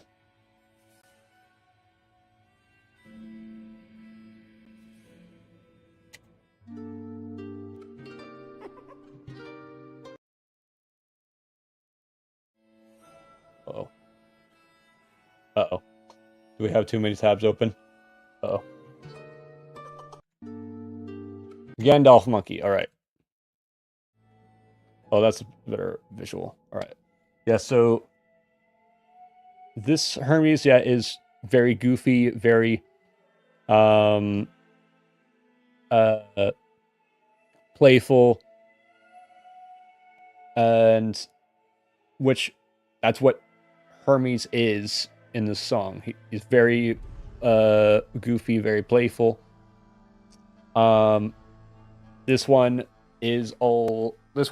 shows a bit more business, but still like, hey, I got something. Want the good stuff?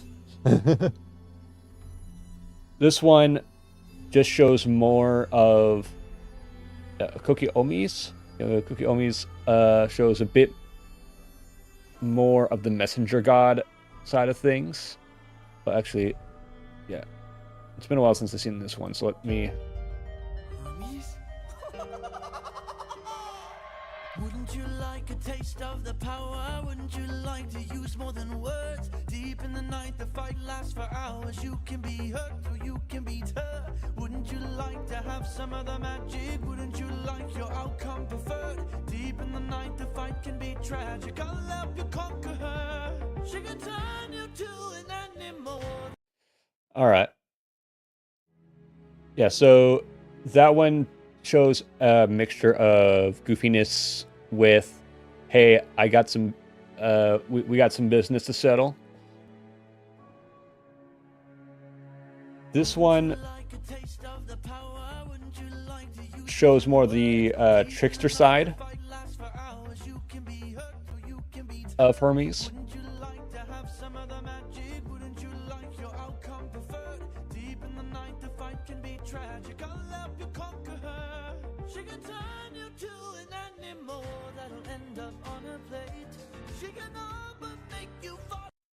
That was funny. This one honestly depicts more of the paternal side of Hermes, because for those who don't know, Hermes is the great grandfather of Odysseus. So this right here makes total sense. Let's see here. Then we got finally we got Jimena's depiction of Hermes. And this one kind of shows all around, but also shows a flirty side of Hermes. So this one is very much all around, but also again, Hermes is taller than this one. And because of that, and because of that, I'd say Jimena's depiction of Hermes would best fit.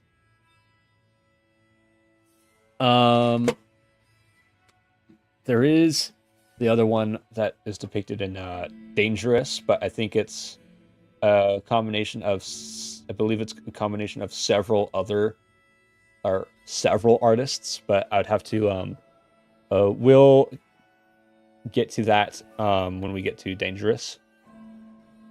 And only there it might change. Our decision might change. But yeah, for now, Jimena, I'd say, would take the priority for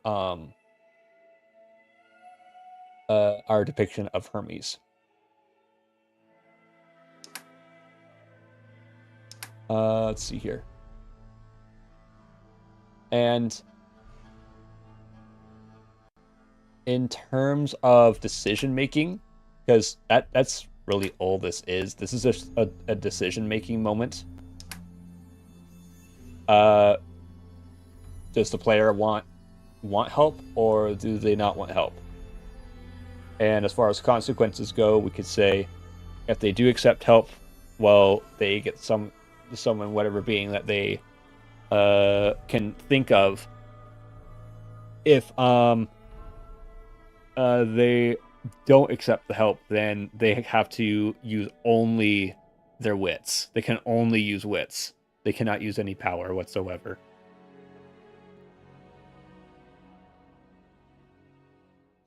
So, with that, I'd say that's all. That's it for yeah, that's it for our Wouldn't You Like?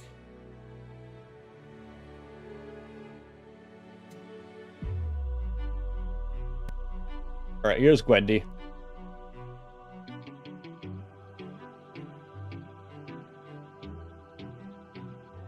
Lady of the palace, sorry that I ask this, but I hope that I've been misinformed. I sent out some scouts to take a look around through here, and they wound up at your doors. Through the years we seldom get a warm welcome, so I must ask just to be sure. Did you do something to them? Who, me? All I did was reveal their true form. You turned them into pigs. I don't know who you are nor why you're here, but let me make this one thing clear. I've got people to protect, nymphs I can't neglect, so I'm not taking chances, dear. If you make one wrong move, then you're done for. Anything I don't approve, then you're done for. I can put a spell on you and you're done for. Boy, you better run or soon you will be done for. I don't mean to tip your scale, but you will fail at placing any spells on me. I just ate a flower, one that claims your power, so you better cower now and flee. You must be a liar, mortals can't acquire money without dire consequence. Then I must be a god like you, cause I got this root from the ground with my bare hands. Hermes gave it to you, didn't he? Okay, fine, yes. Well, regardless, you and I are now evenly matched. Our fates are intertwined, they're attached. I've got people to protect, friends I can't neglect, so now there is no turning back. You've made your one wrong move, now you're done for. I will be the one to prove that you're done for. Not even a spell saves you, cause you're done for. Oh, you better run, or soon you will be done for. You've lost. My nymphs are like my daughters, I protect them at all costs. The last time we let strangers live, we faced a heavy loss. You've given me no reason to bestow you with my trust, but everyone's true colors are revealed in acts of lust. I'm not sure I follow. All right. Before we get into there are other ways, we gotta break down done for. So, done for, there are quite a few choices that we have here. Mainly because this Cersei is a boss battle. And let's see here.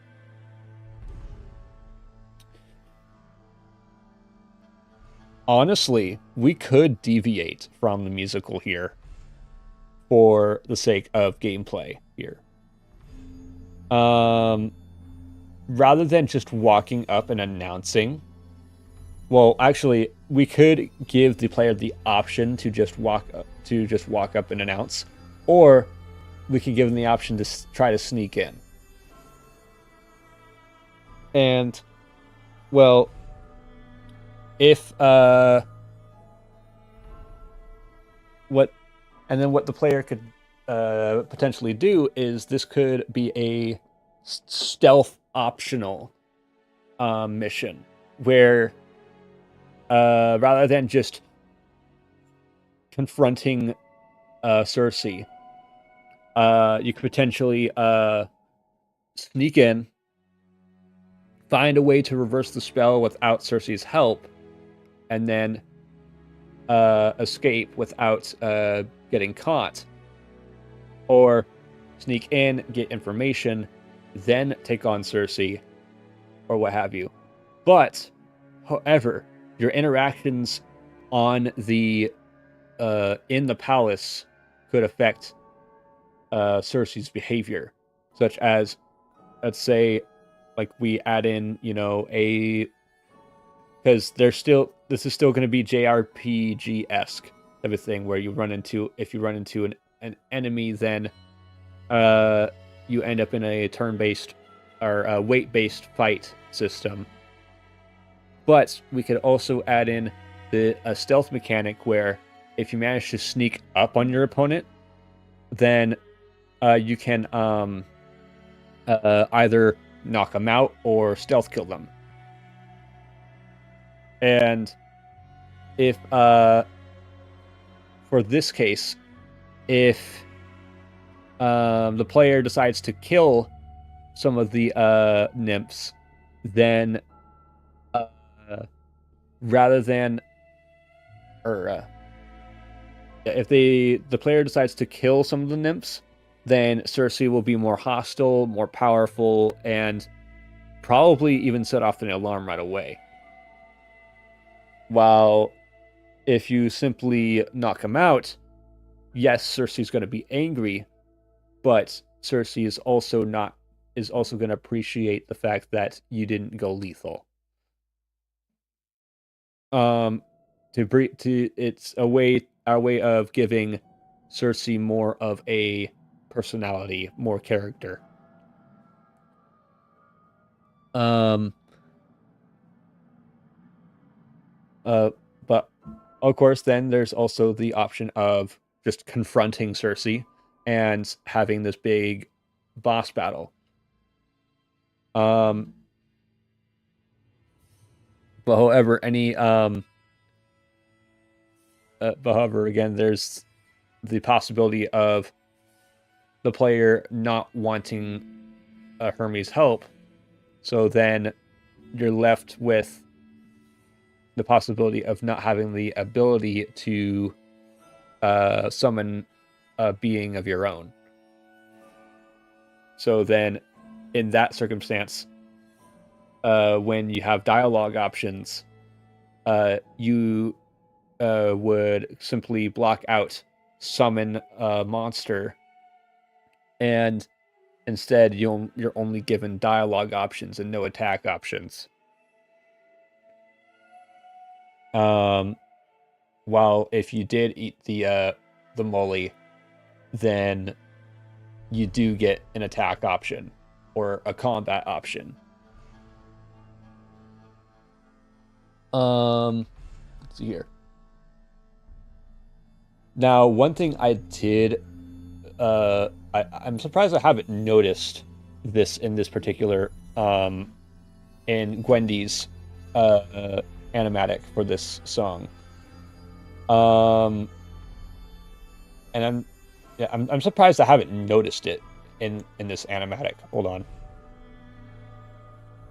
Here we go. Right here.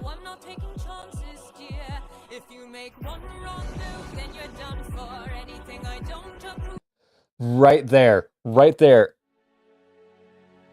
Cersei summons the Chimera, and Odysseus doesn't even flinch, but then Cersei is like, "What? You didn't flinch? How dare you?"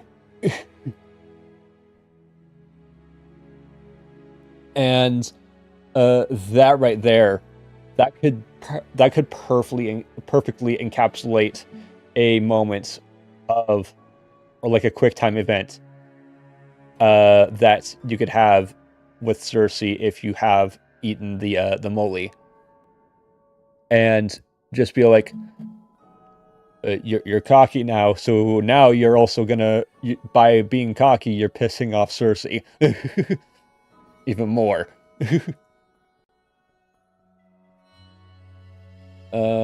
But yeah. In terms of the fight goes, how the fight goes, again, it's a weight-based, so we wouldn't be able to have, like, the, yeah, we wouldn't be able to have this moment. We are limited to having it, in terms of game design, we would be limited to what we could do within the mechanics that we've already thought of. So, yeah, we wouldn't be able to have that moment.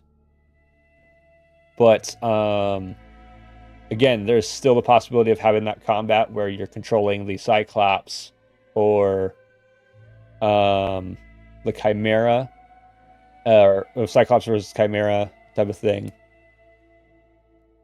Yeah. So, I guess now we move on to There Are Other Ways. Like my daughters, I protect them at all costs. The last time we let strangers live, we faced a heavy loss.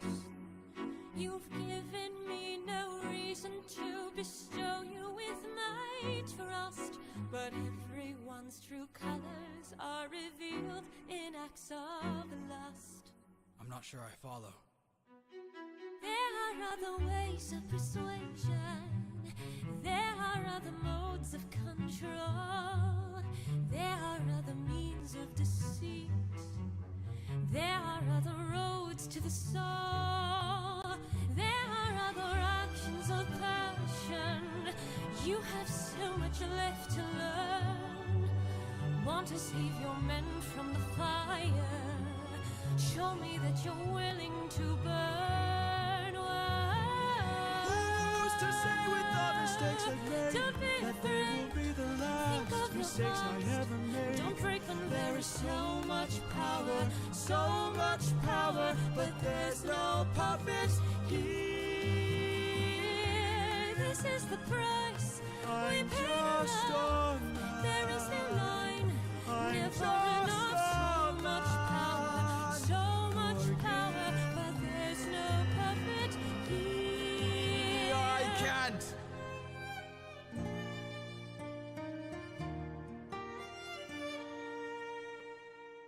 Back at home, my wife awaits for me. She's my everything, my Penelope. And she's all my power. But it's been 12 long years, oh, 12 long years since I have seen my wife. And now the god of tides is out to end my life. So I beg you, Circe, grant us mercy and let us puppets leave.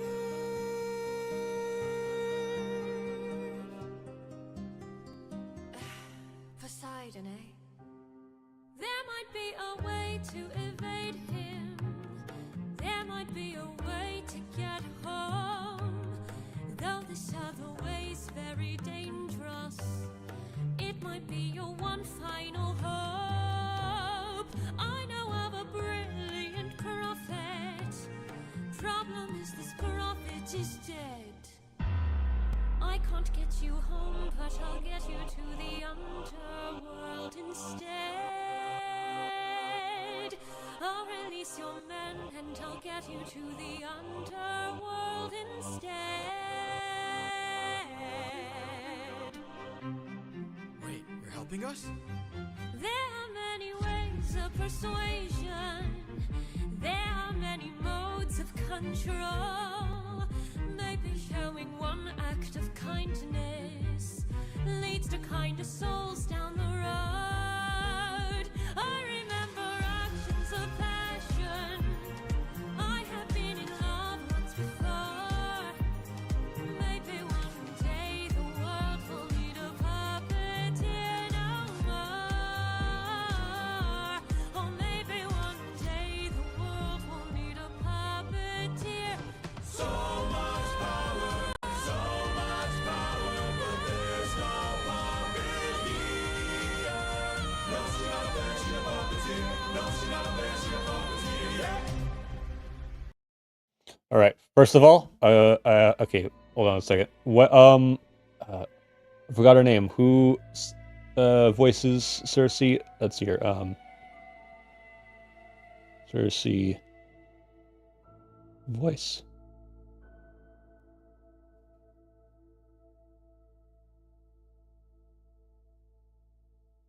Talia. Yeah, that's right. Talia. Talia, I swear, you're a witch for being able to pull out that belt. Holy shit. But,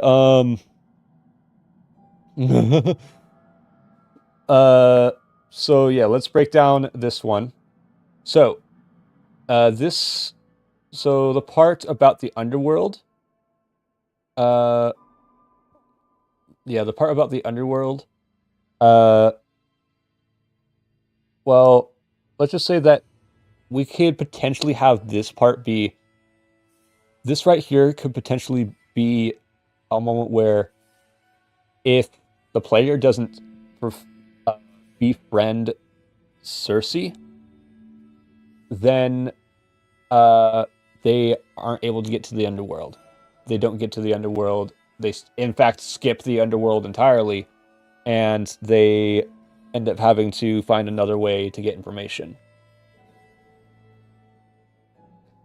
Let's see here. As far as well, this part more than likely would only happen if you confront Cersei. If we were to include this into the game, but however, so let's see here.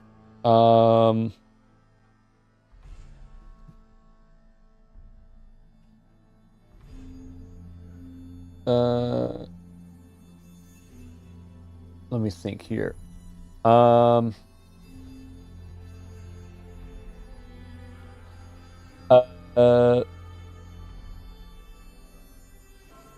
lost my train of thought.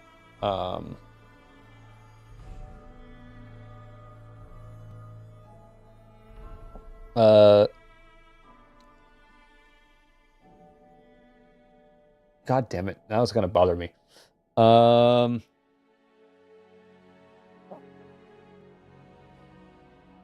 Yeah, so yeah, this part would only happen if you confront Cersei. Oh yeah, that's what I was thinking. So the thing about sex scenes or potential sex scenes in games is, well, it's very hard to pull that off and have involvement, have the player give the player involvement in that without getting an adults only rating. God of War, however, has pulled that off multiple times without getting an adult only rating because, yes, you were still able to participate in the act. However, the act was being performed off screen. So there is that possibility. Another way to avoid the adults only rating is you could still have the actions, the act of sex on screen, but it has to be silhouetted. Like there are either silhouettes or shadows. There cannot be any other details.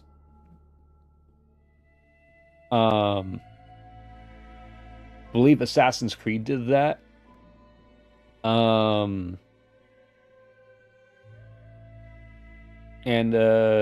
here. Watch Dogs actually did have on-screen sex, and managed to avoid an adult rating. Let's see here.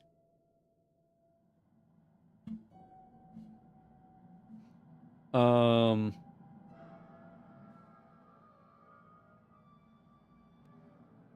far as what would happen here, I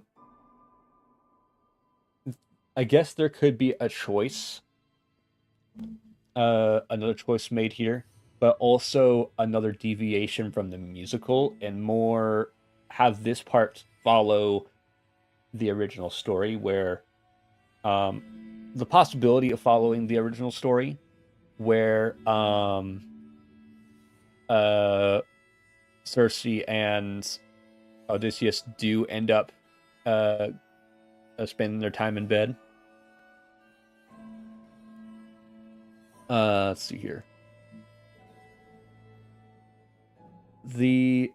How that would work though would most likely be it would simply be dialogue, I'd think. But because of this, because of the music here being like a waltz almost, I'd argue this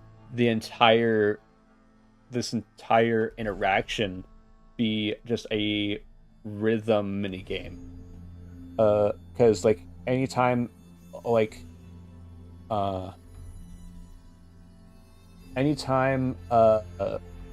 game has like a waltz or ballroom type of scene, it usually ends up with a it usually ends up adding a rhythm mini game.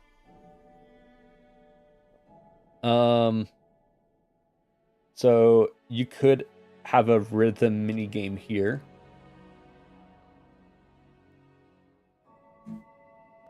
As far as choices go, well, like you could have the player choose to do it with Cersei or not do it with Cersei. Destroy, take out the stab in the back possibility, because again, here in for gameplay wise or game wise, we have the opportunity to either follow the musical storyline, or we could follow the either follow the musical storyline or follow the Odyssey storyline.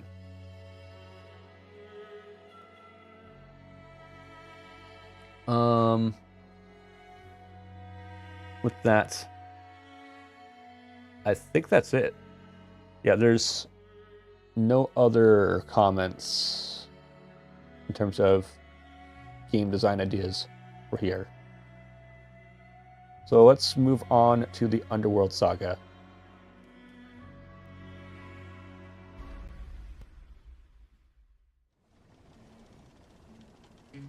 Friends, Cersei's instructions were clear. No matter what we BitPal Pixel. full speed ahead until we find the prophet. My comrades, this land confuses your mind. So no matter who we find, full speed ahead until we find the prophet. Good.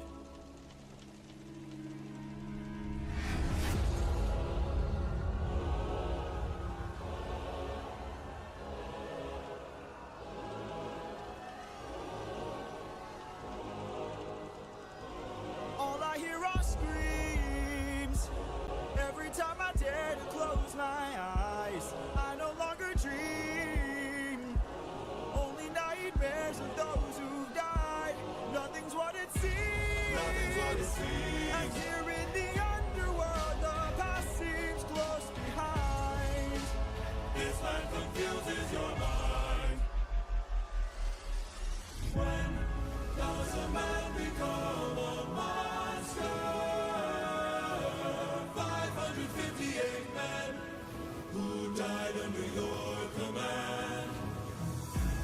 Captain, Captain, Captain, Captain, why would you let the Cyclops live when ruthlessness is mercy? All I hear are screams. Every time I dare to close my eyes, I no longer dream. Only nightmares of those who died. Nothing's what it seems. Nothing's what it seems. But in the underworld, the past seems close behind. I keep thinking of the infant from that night. I keep thinking of the infant from that night. This life is amazing when you greet it with open arms. Whatever we face, we'll be fine if we're leading from the heart. No matter the place, or we can light up the world. Here's how to start. Greet the world with open arms. Greet the world with open arms. Apologies.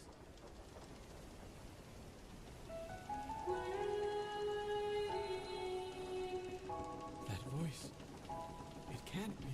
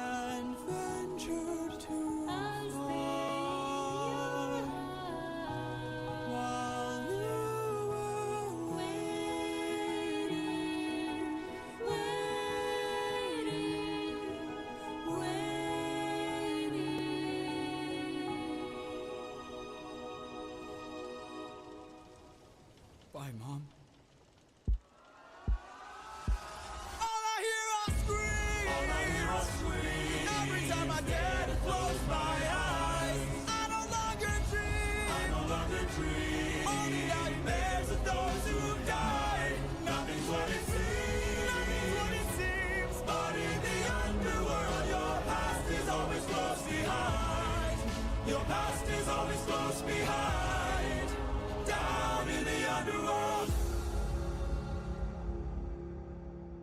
All right, so a lot to unpack here because I believe this is a 5-minute song. Yeah, about a 5-minute song almost. Yeah, and so here we got another character, Anticly. Yeah, Anticly, aka Odysseus's mom. Now this, I'd say, would be honestly, I'd say this is the perfect depiction. This is a great depiction. In general, this is actually what I'd say. I'd say this would be the best depiction of the underworld out of all the animatics I've seen, because the souls of the dead in the underworld and just about every other animatic had like these like white dots or contrails that yeah, I could see that, but this is the Greek underworld, and that doesn't really feel right. Meanwhile, you got the River of Styx that carries all the souls. And it is said that if you touch the River of Styx, you either end up joining the spirits trapped in the river, or you cease to exist, or both. And also in Greek mythology, if you die in the water, you are said to never be able to go to the afterlife. And the River of Styx symbolizes being trapped or being unable to join the afterlife.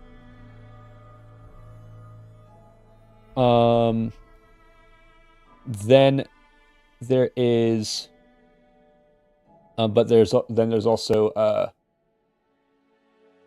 the thought of if you cut the pieces, or if you cut the body into pieces, then it becomes harder for you to get to the underworld or to the afterlife.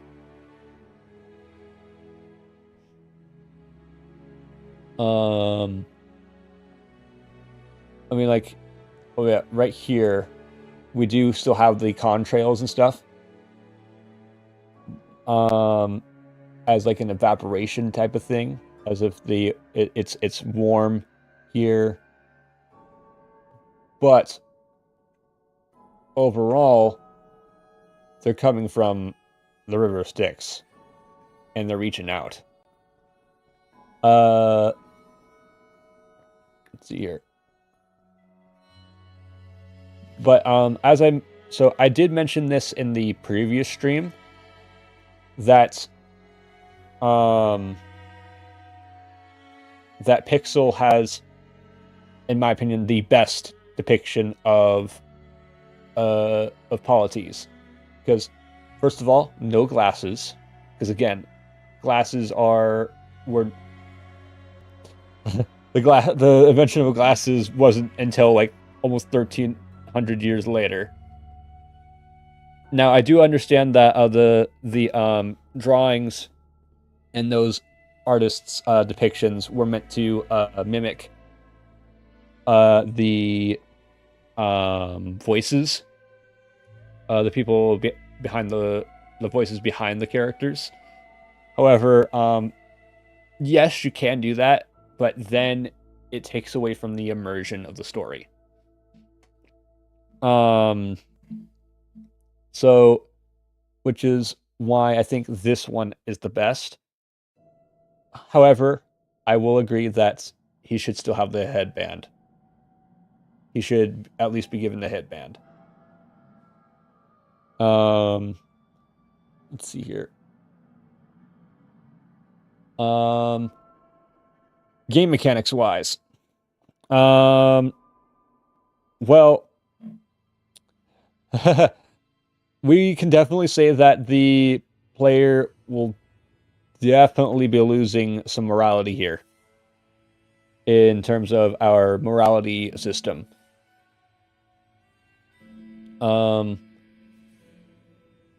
Let's see here. Especially here. And honestly, I'd say there are no choices here. There are no choices here. It is simply resist. Another, it's going to be another naval mission mixed with a side objective of making sure that you don't give in. You do not acknowledge or I wouldn't say acknowledge. Not acknowledge. Do not try to interact with the spirits. Don't be tempted by the spirits.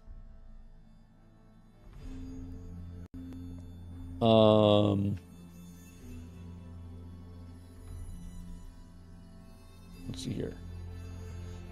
And of course, we have the prophet coming in, but we will be discussing him after.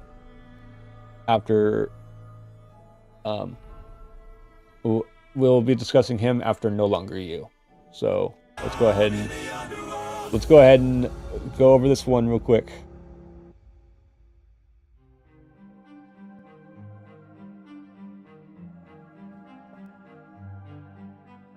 I am the prophet with the answers you seek. Time, I've unlocked it. I see past and future running free. There is a world where I help you get home, but that's not a world I know. What? I see a song of past romance. I see the sacrifice of man. I see portrayals of betrayal and a brother's final stand. I see you on the brink of death. I see you try your final breath. I see a man who gets to make it home alive, but it's no longer you. This can't be. We've suffered and sailed through the toughest of hells. Now you tell us our efforts for nothing. I see your palace covered in red, faces of men who had long believed you're dead. I see your wife with a man who is haunting, a man with a trail of bodies. I see a song of past romance. I see the sacrifice of man. I see portrayals of betrayal and a brother's final stand. I see you on the brink of death. I see you try your final breath. I see a man who gets to make it home alive, but it's no longer you.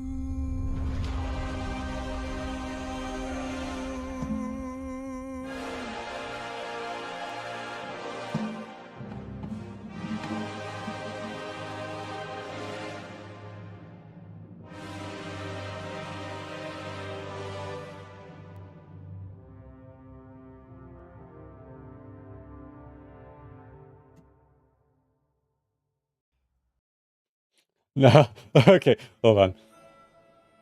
All right. So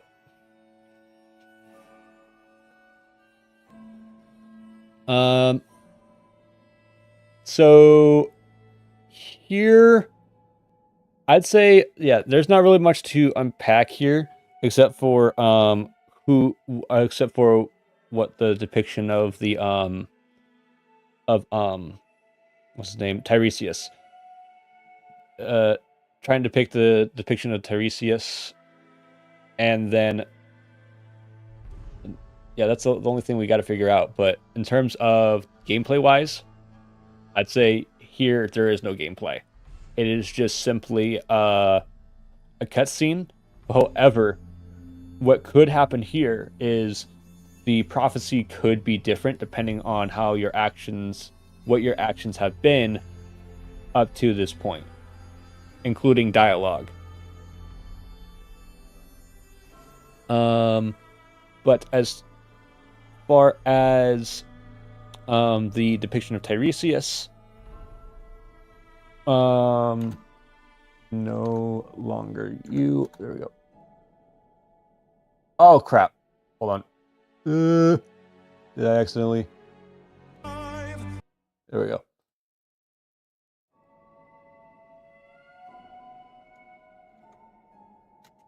Cool. Animatic. No longer you. There we go.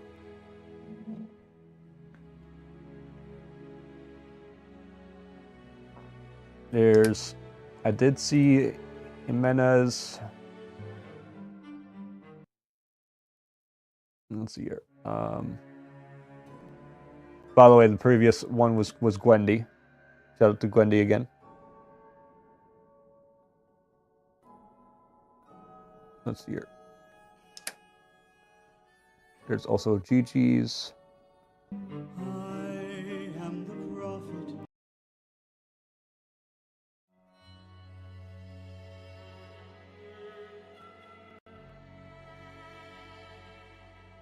No.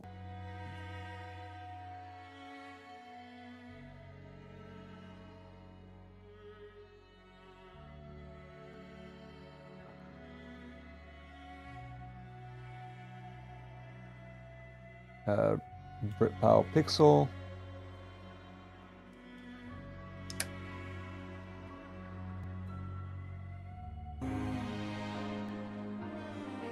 This can't be.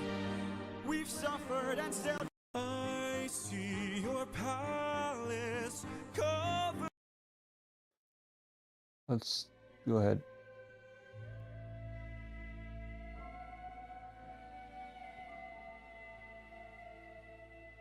There we go.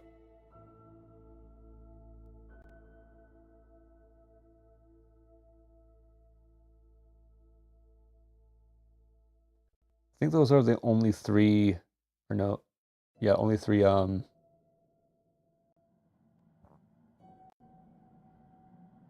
depictions. Yeah, those are the only three depictions I would consider.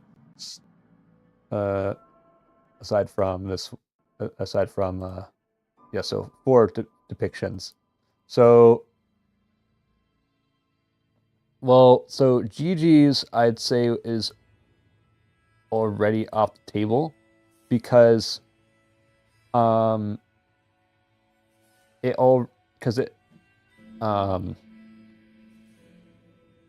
yes, when I hear prophet, I do picture an old man, but however, the voice does not give off old man. The voice gives off a young man who is, well, a young man that is dead. And let's see here.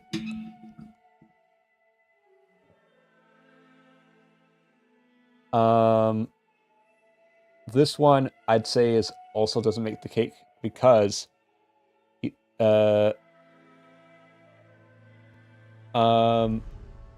Greek mythology or Greek religion, prophets tend to take an oath of sacrifice, whether it be their ability to speak, their ability to see, or ability to hear. And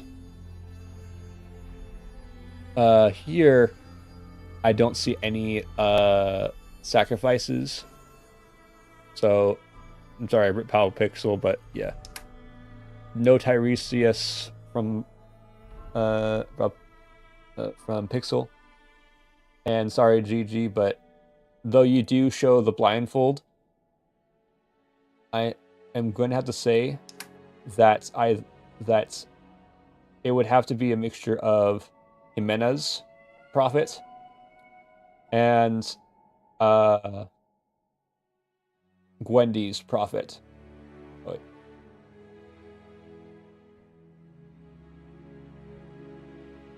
Yeah. Hold on. Yeah, because it shows him blindfolded.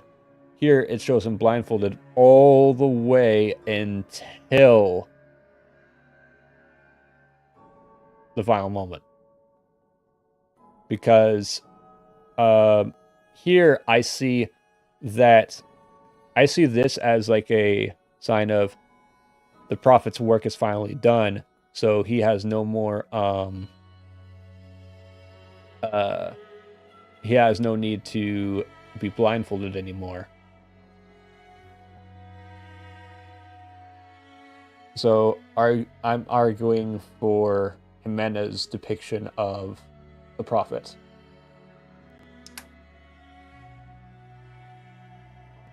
So with that, we're going to move on to Monster.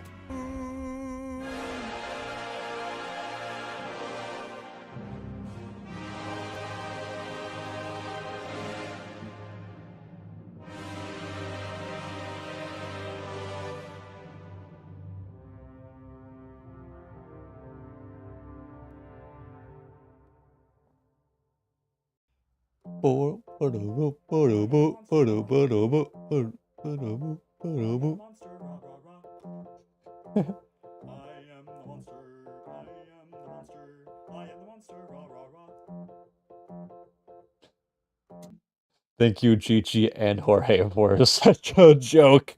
For such a good joke. But yeah. Let's break it down, shall we? That was Monster, guys. We got a lot to break down here. Funny. No, I'm kidding.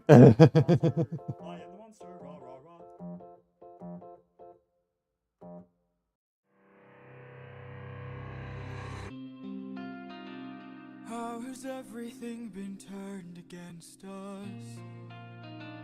How did suffering become so endless? How am I to reunite with my estranged?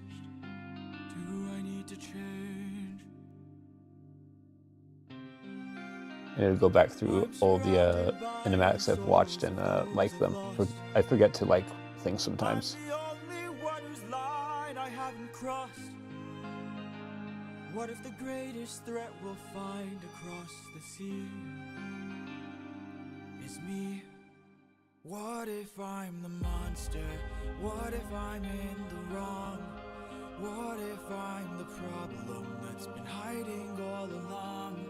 What if I'm the one who killed you every time I cave to guilt? What if I've been far too kind to foes, but a monster to ourselves?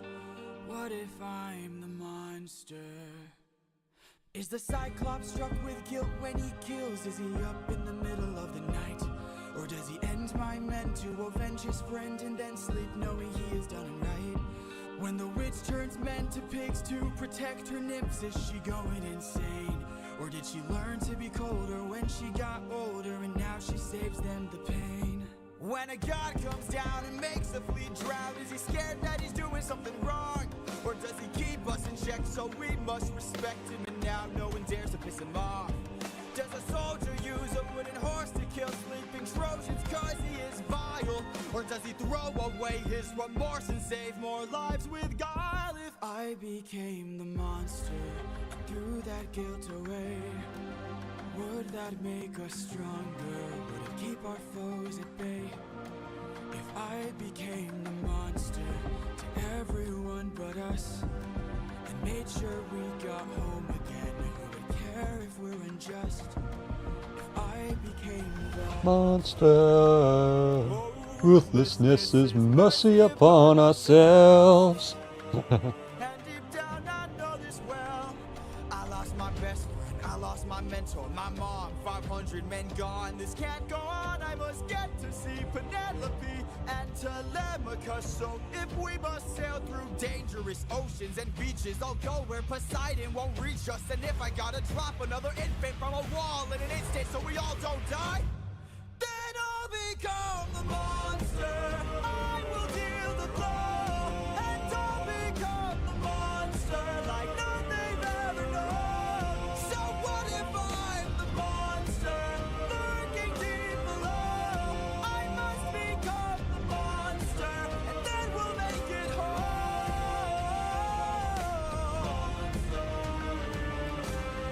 Penelope.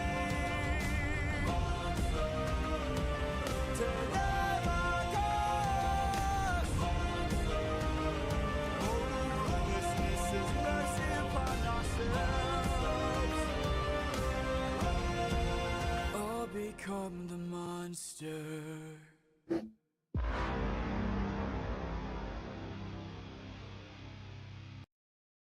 All right, a bit to break down here. So I don't see this as a so I see this yet as another cutscene, so to say, for any potential game. But however, again, this would be a cutscene that could potentially be missed. It depending on the characters, or not the characters, the players' choices. Because again, if we want a game like this, and still following the ruthlessness versus mercy,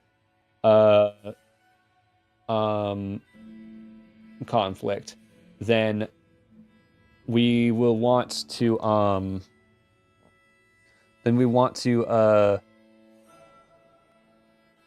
have this little kind of like what Red Dead Redemption 2 does with their honor system, like wherever your honor system is, it changes your characters it changes how your character talks in the scene.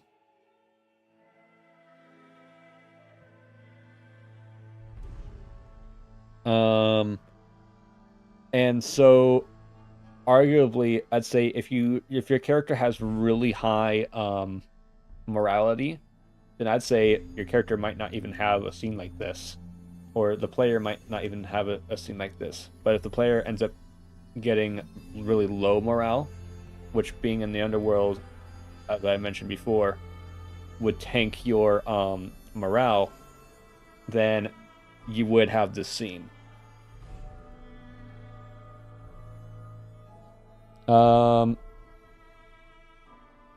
It could also turn into a minigame where, okay, like it's just a minigame where you're trying to resist the breaking point.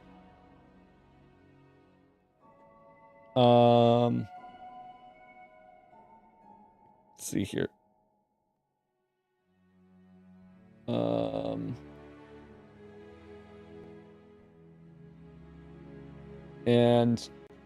And I will say that GG, I will say that this has to be no, hold on. Not here. It's when he shakes, yeah. Let me go ahead and... This part right here, this has to be some of the most impressive animations in these animatics from GG up till this point in the story, which is why I think GG's depiction of this song is borderline perfect. I refuse to say just perfect, because there really isn't such thing as perfection. But yeah, this is borderline perfect.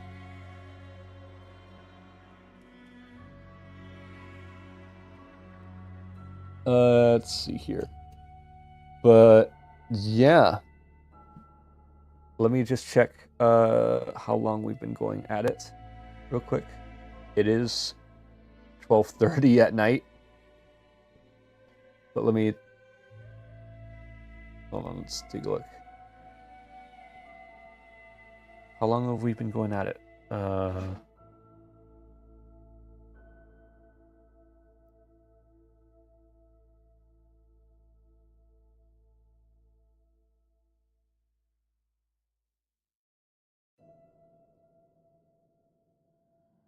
We've been going at it for fun.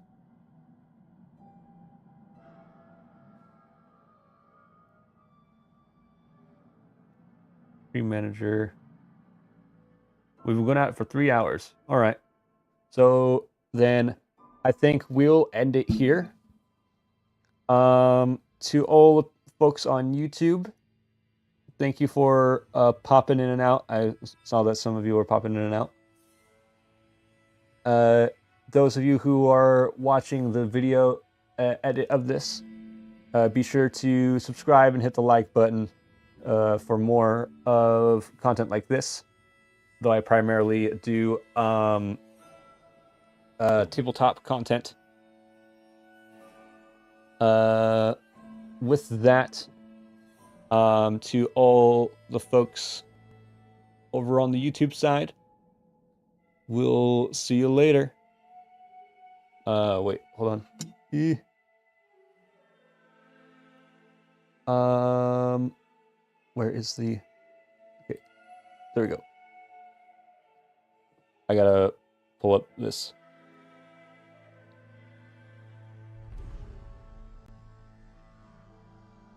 Dang it.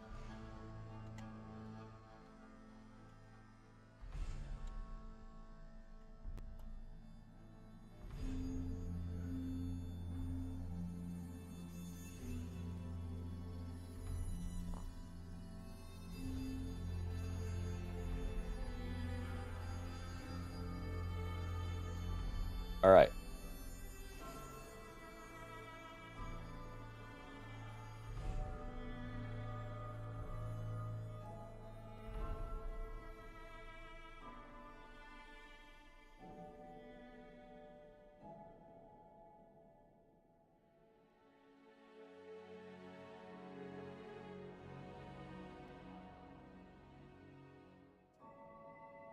All right. For all those on the YouTube side, I'll bid thee farewell. And until next time.